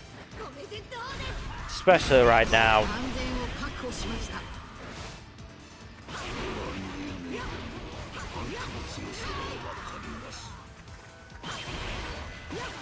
I mean, you know, we've already talked a little bit about fucking, I mean, just in general, fucking, you know, the UK sucks. Fucking Oh yeah.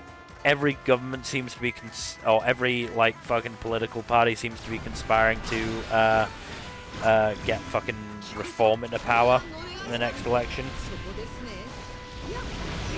How would that work? About the way it's fucking working for you guys right now. Mm-hmm.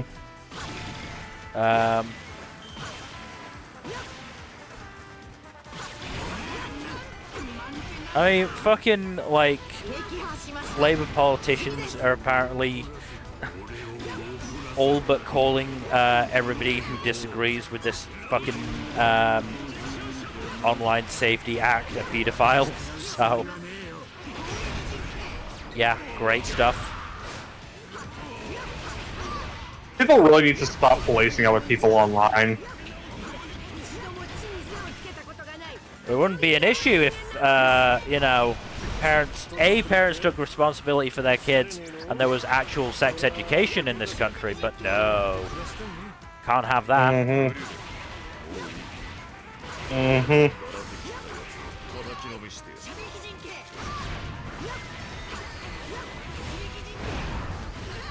I know there's been an argument made of, like, against the, you know, parents actually being parents to their kids of, well, some aren't going to be a parent to their kids. Are you going to punish the kids for that? And then certainly I'm just like, well, that's what the sex education is for. Mm-hmm.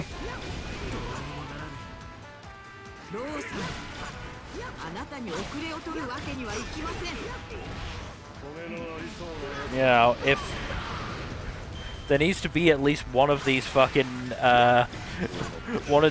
things working at any given time, preferably both. Fact is, neither of them are at the moment in a lot of respects. From what I can tell, like, the British government is even stingier on paying for shit than the US government is, which is fucking wild.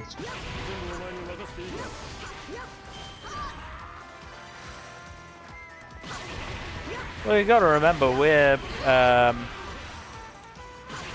a lot smaller, and we're currently recovering from, you know, basically wiping out 90% of our, well, 75% of our trading partners because of sovereignty. Mm-hmm. Hasn't that worked out well for us? Brexit was such a fucking stupid idea.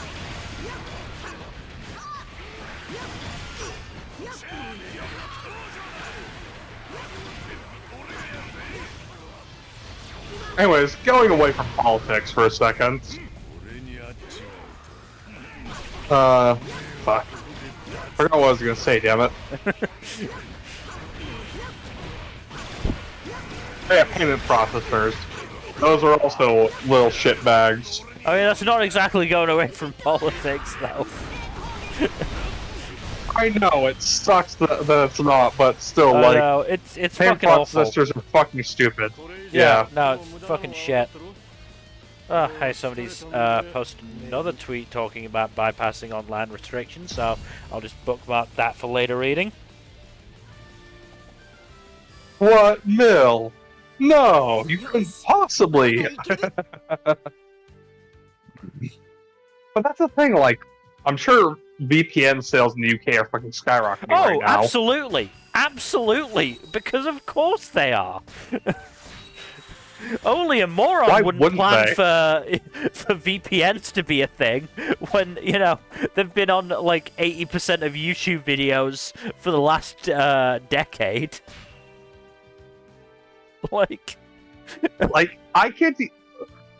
Also, there's like 15 different YouTubers I know of in the past, like, who have done VPN sponsorships in the past 3 months. It's ridiculous Yeah. to not even think to plan for that. And it's kind of impossible to work around that without outright banning VPNs. And that's a bad idea for a number of reasons that I don't need to get into. Well, again, it just wouldn't work. No, it wouldn't, because they would just use a free VPN to bypass the restriction. Get an actual good VPN, and then, just use that. I mean, the point is, I've had a VPN for like the last few years, and it's coming. Same. It's coming great handy. I may or may not switch when my because I pay yearly. When the next thing is up, I may switch to a different one. But I'm 100% going to have one because fuck you. Yeah, no, the UK is being a dum-dum, and Visa and MasterCard are being dum-dums. If y'all are calling Visa and MasterCard and telling them to knock it off, keep it up. It's working. Yeah. Like, they're royally fucking annoyed by all the calls they are getting. And they're telling you, please, email us. Don't email them. Keep fucking calling the fuckers. Well, you can still email them, just do it while you're on hold.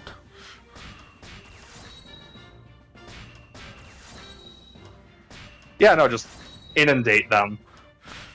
Overwhelm them. It is a lot harder for them to ignore phone calls than it is for them to ignore emails. Yeah, absolutely. But, if you're going to be waiting while you're on hold, you might as well copy and paste the same email, a couple of dozen times and send it to them. Waste the time even more. If you do, they might just dock that all as spam and just ignore it.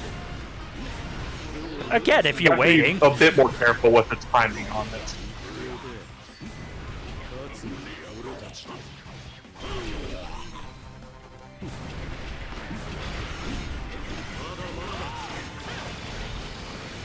The Online Safety Act just seems like it's a very bad idea from the jump.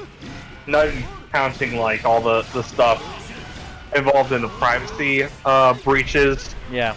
Also, like, some people don't seem to consider the idea of, oh yeah, no, this is not just a personal privacy thing. This is also oh yeah, what was it? If all your activity is made, if all your online activity is made public, your identity can easily be stolen. Yeah. So anyone who's like, oh, I have nothing to hide, I don't have anything to worry about, like, bitch, your identity can and will be stolen by scammers.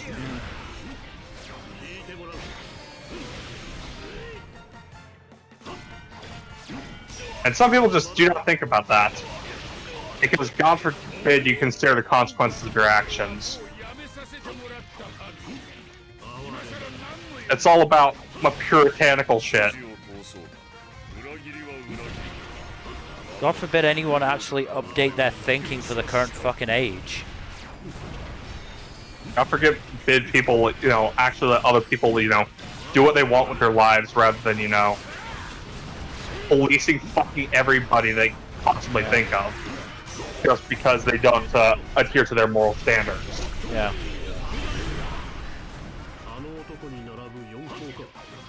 Okay, I think we should just move on from this topic, because this is getting depressing.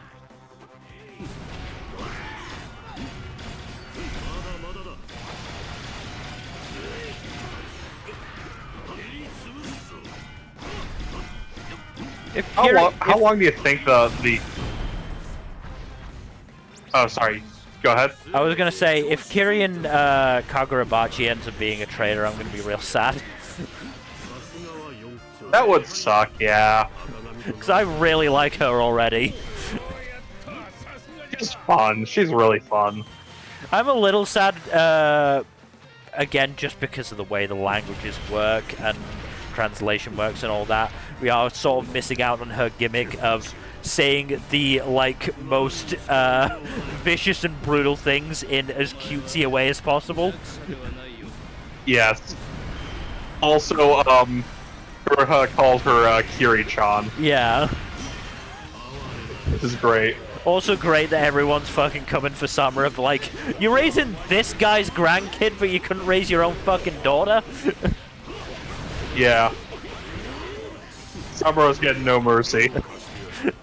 He kind of deserves it. Oh, absolutely. Yeah. That blue box chapter was interesting as well. Please don't insert drama into Taiki and Chi. Leave them free of it, please. Yeah. Honestly, I feel like this might lead to a development where Chi and Yumeka wind up becoming roommates or something. I hope that would be good, yeah. Yeah, it would be pretty cool. Damn, you just destroyed most of Jack's health bar. I destroyed Jack entirely. God. Because he's a jobber. One attack and he's done. Because he's a complete jobber. Yeah. The King and Queen aren't even in this game because I'm pretty sure this was made before Onigashima.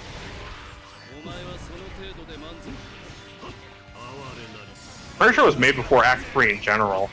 I think it was made before Act 2, to be brutally honest. Maybe. Yeah, you know, I do hope that there's no real drama on Chi's side of things, and this just leads her to deciding to room with Yumeka or something. Also, Hina's situation is going to be interesting for the next few chapters. Yeah. I wonder where it's going to go. I don't think we're done stomping on her heart just yet. No, definitely not. Oh, Hina. I know Taiki's a great guy, but please, for your sake, just let him go. I mean, the whole thing a few chapters back was romantic feelings don't go away that easily. I wouldn't know. Yeah. I'm sorry, Mel, not everyone can be the same as you. Gosh. They should be. Life would be a lot easier.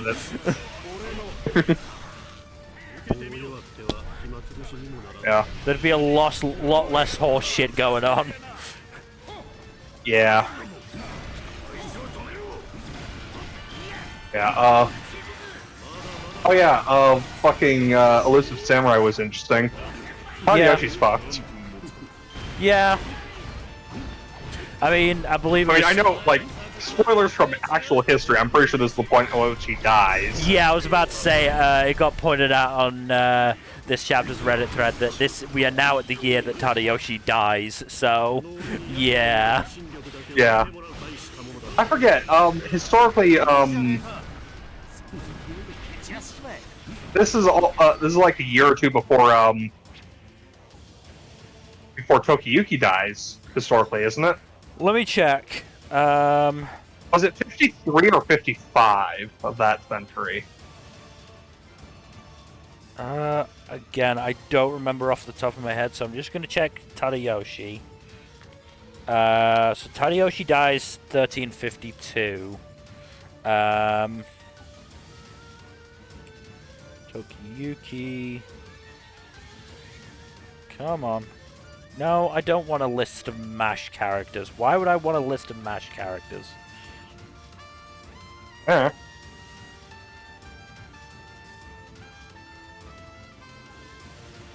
There we go. 1353.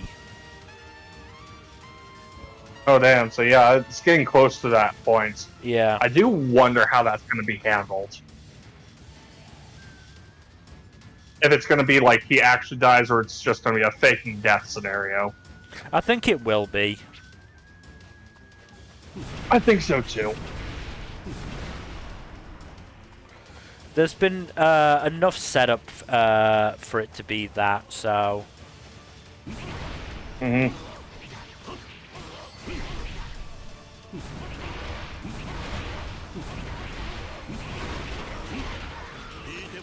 it's just unfortunate that because of how Assassination Classroom ended, I can't 100% rule out the Yeah, I was bittersweet gonna ending. be like, not like he killed off Nagisa, but he did kill off Korin Sensei, so. Yeah. I mean, he's already killed off the mentor character. He's killed off plenty of mentor characters for Tokiyuki.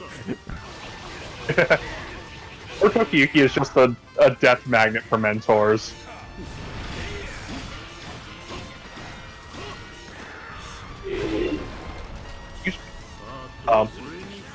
Then again, fortunately, Ichi the Witch is not a death magnet for mentors.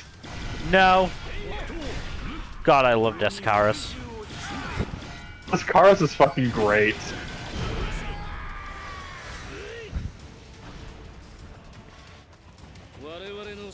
But it does look like we're gonna get a Kamugi arc, which is gonna be really interesting. Yeah, I was wondering when we were going to get focus on her.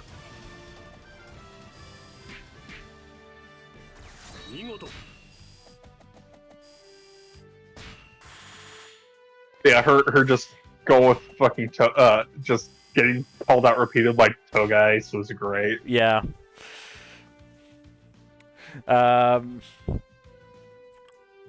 Also, God, yeah, fucking Usasaki is the artist, right? Yeah, the one who did Act Age. Yeah. She and fucking Nishi. Ishi, yep. Yeah. Fucking loving putting Ichi in thigh-high heel boots.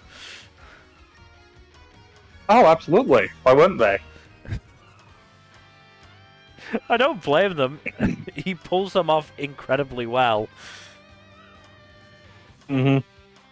I mean, it also just carries over from, Have you played Zoro yet in the stream?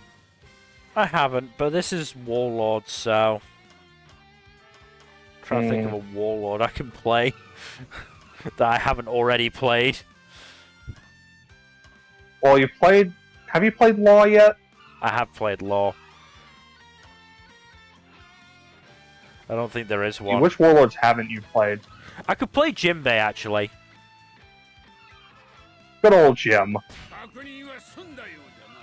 Because he's one I do have leveled up to the max. He's a bit slow, but fuck it, I don't really care.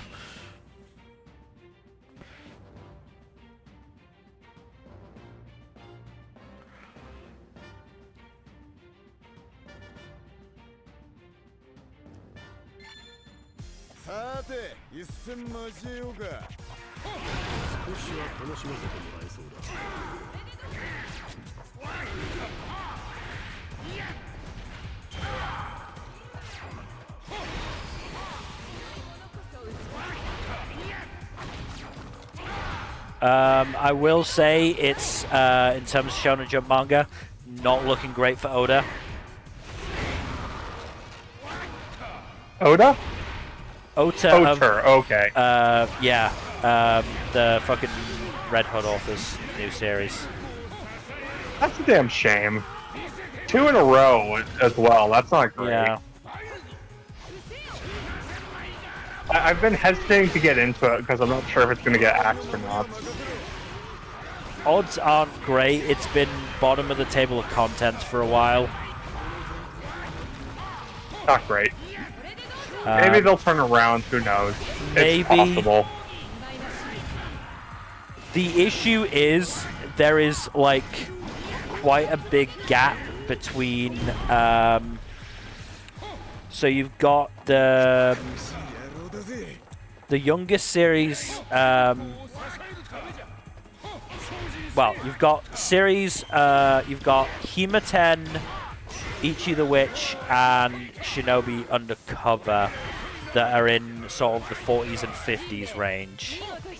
And then so they're all closely kind of sort of batchmates. Yeah, and then you've got quite a big gap down to Nice Prison and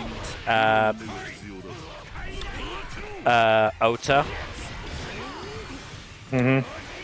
Which are on 14 and 12 chapters at the moment, respectively.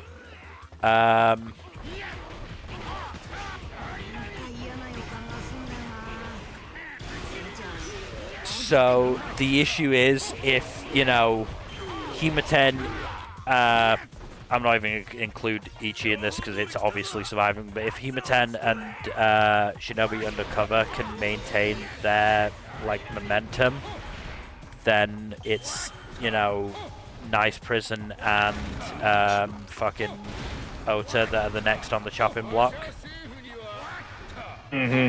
And which do you think is more likely to get axed? I think both of them are likely to get axed, to be brutally honest.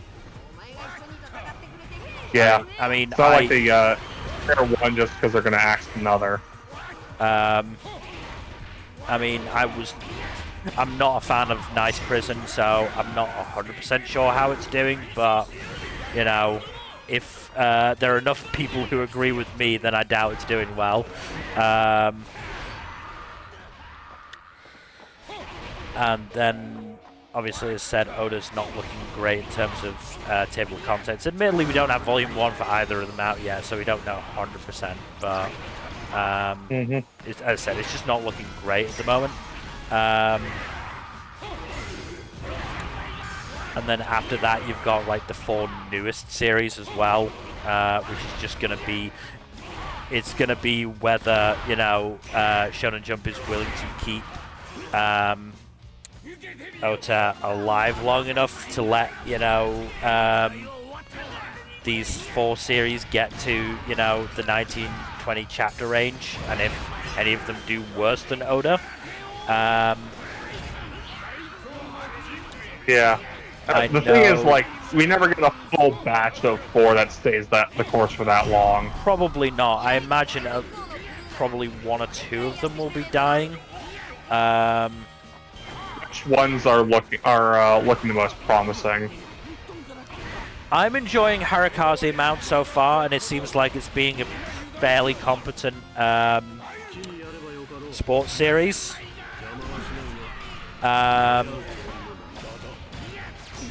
Kaidegami is going pretty decently, but it's also one of those series that I could absolutely see getting axed regardless, sort of thing. I can't remember. Race Ekiden Run, I can't remember what its full name is, but that's the one that I can most see dying at the moment. The art style isn't great, but again, it's on like chapter fucking 4, so I can't say for sure. Again, I'm just sort of going off of vibes at this point.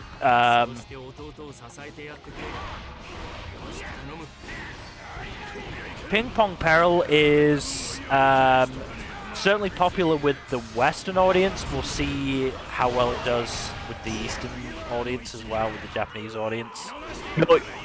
Yeah, you and I both know that popular with Western audience doesn't mean jack shit. It doesn't, but, you know. Yeah, I don't know, is the point. Those 4 series are just too early. The other interesting thing is that it seems like Kill Blue might be coming to an end relatively soon. That said, we've said that, I would say, a good 3 or 4 times at this point, and the series has just continued. So it could be coming to an end, or it could be starting a whole new part of the series. I don't know.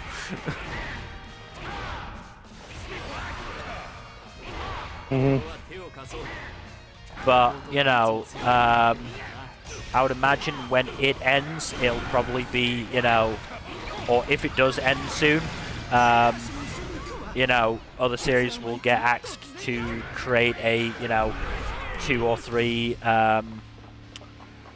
series batch.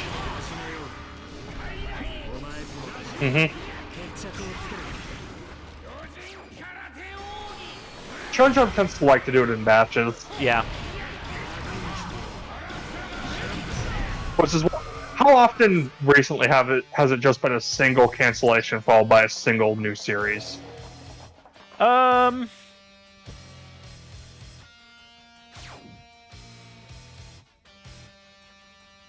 to think. Well, the point is, there have been sort of single cancellations, but that's been because there's been series just like properly ending. Because obviously we've I had. don't count those as cancellations, though. I know that's the point. You know, there have been, you know, between My Hero and Jujutsu Kaisen ending, you know, officially. There haven't necessarily needed to be the cancellations to open up spots. I think they still happened, obviously. Yeah. I mean, I can try and just quickly check. I do think this is also probably a good place to wrap up the stream because we're at 2 hours. Oh yeah, You just ended absolutely. your.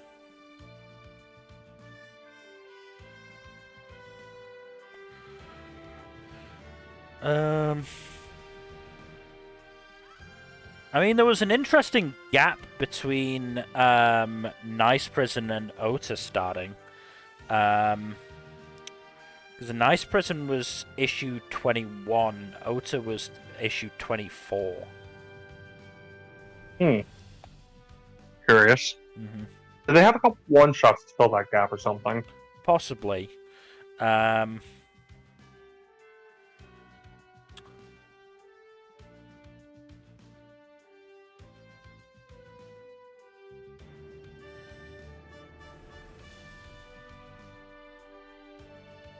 So I'm just having a look at series ending. I'm just gonna do that.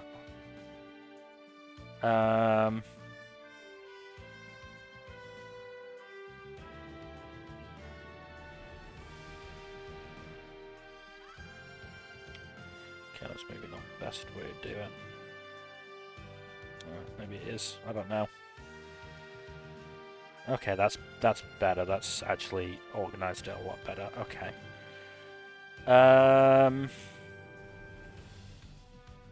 So Undead Unluck ended issue 9 of 2025. Hakataku died the week after. So that was only 2 going. Astro Royale seems to have ended on its own because it ended issue 21. And the next closest is issue 28 with Super Psychic Policeman Chojo. That died with Sidcraft in issue 29. Where's fucking... We're missing some. Why are we missing some? We shouldn't be.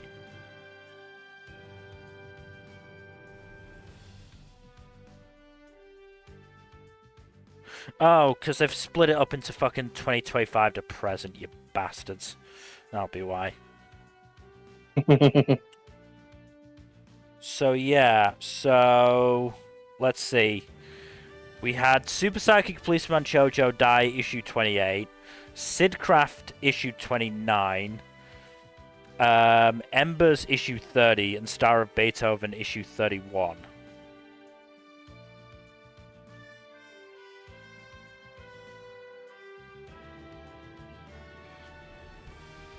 And again, we're sort of talking about this big, basically, group of series between, you know, Shinobi Undercover starting and Nice Prison starting that have just fucking gone by the wayside.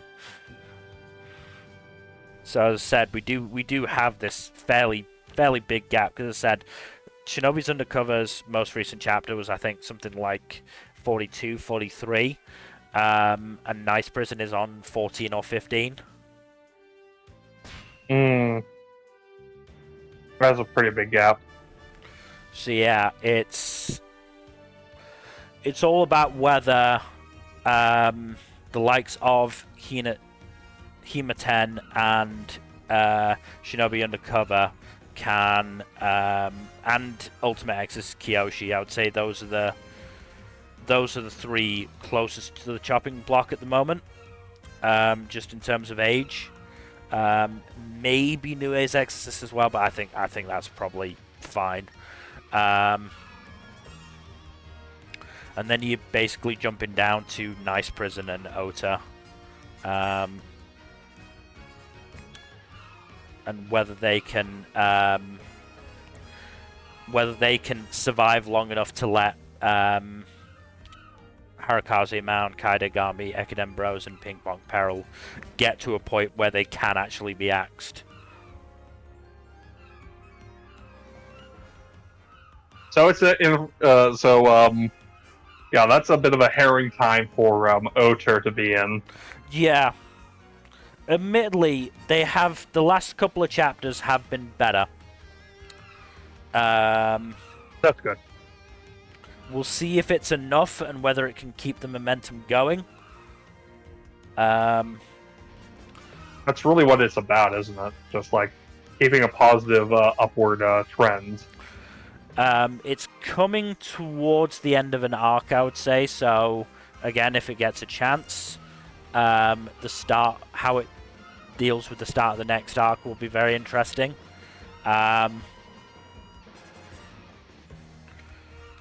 Obviously, there's no one way to deal with arc changes because, you know, in terms of recent series, you've got 2 series in Kagurabachi and Ichi the Witch that handle it very differently. Mm-hmm. Ichi is a lot slower about it and, you know, has a bit of a cooldown. Kagurabachi fucking goes 100 miles an hour. When's the last time they had? It's been like about 30 chapters since we had like an arc cooldown, I think.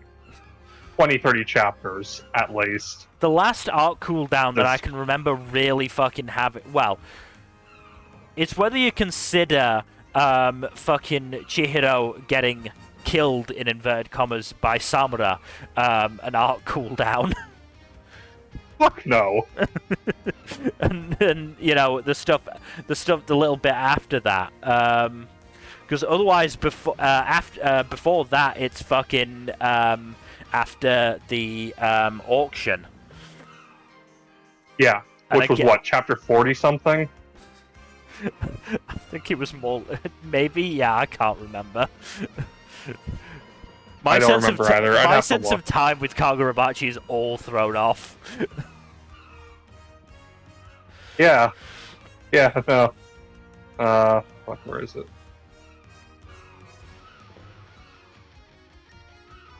Yeah, I gotta look it up. Like, I don't know if there's like a listing somewhere of like when arcs start and ends in Shonen Jump, in Kagurabachi rather. So okay, the curtain falls was chapter 44. The Rakuzaichi arc ended in chapter 44. Yeah. Yeah. So 45, 46, and then they went after Urha. Mm-hmm. And did that stuff. So yeah, 2 chapters, 2 fucking chapters of slightly less fucking rampant action. Mm-hmm. Anyway, that is where we're going to end. So thank you everybody for watching. Hopefully you've enjoyed. I wish we could have done Oblivion Remastered, but that was obviously not cooperating. It crashed the stream. Yeah, it nearly crashed my computer. That's why you cut out for so long. As I said, everything froze. I had to fucking Control-Alt-Delete out of it. And then fucking Discord stayed frozen, so I had to end task in fucking Task Manager for Discord to come back. But yeah, so Tuesdays, Thursdays, probably not this Saturday. I would guess, because it would be me, and I'm probably going to be watching anime. But certainly Sunday, because I'll be the 3+ episode check-in for summer anime this year. Please do give us a follow here on Twitch and all that YouTube stuff. Like, subscribe, comment down below. Please press the bell icon, yo. And otherwise, excuse me. Otherwise, hopefully we'll see you next time. Good night. Later.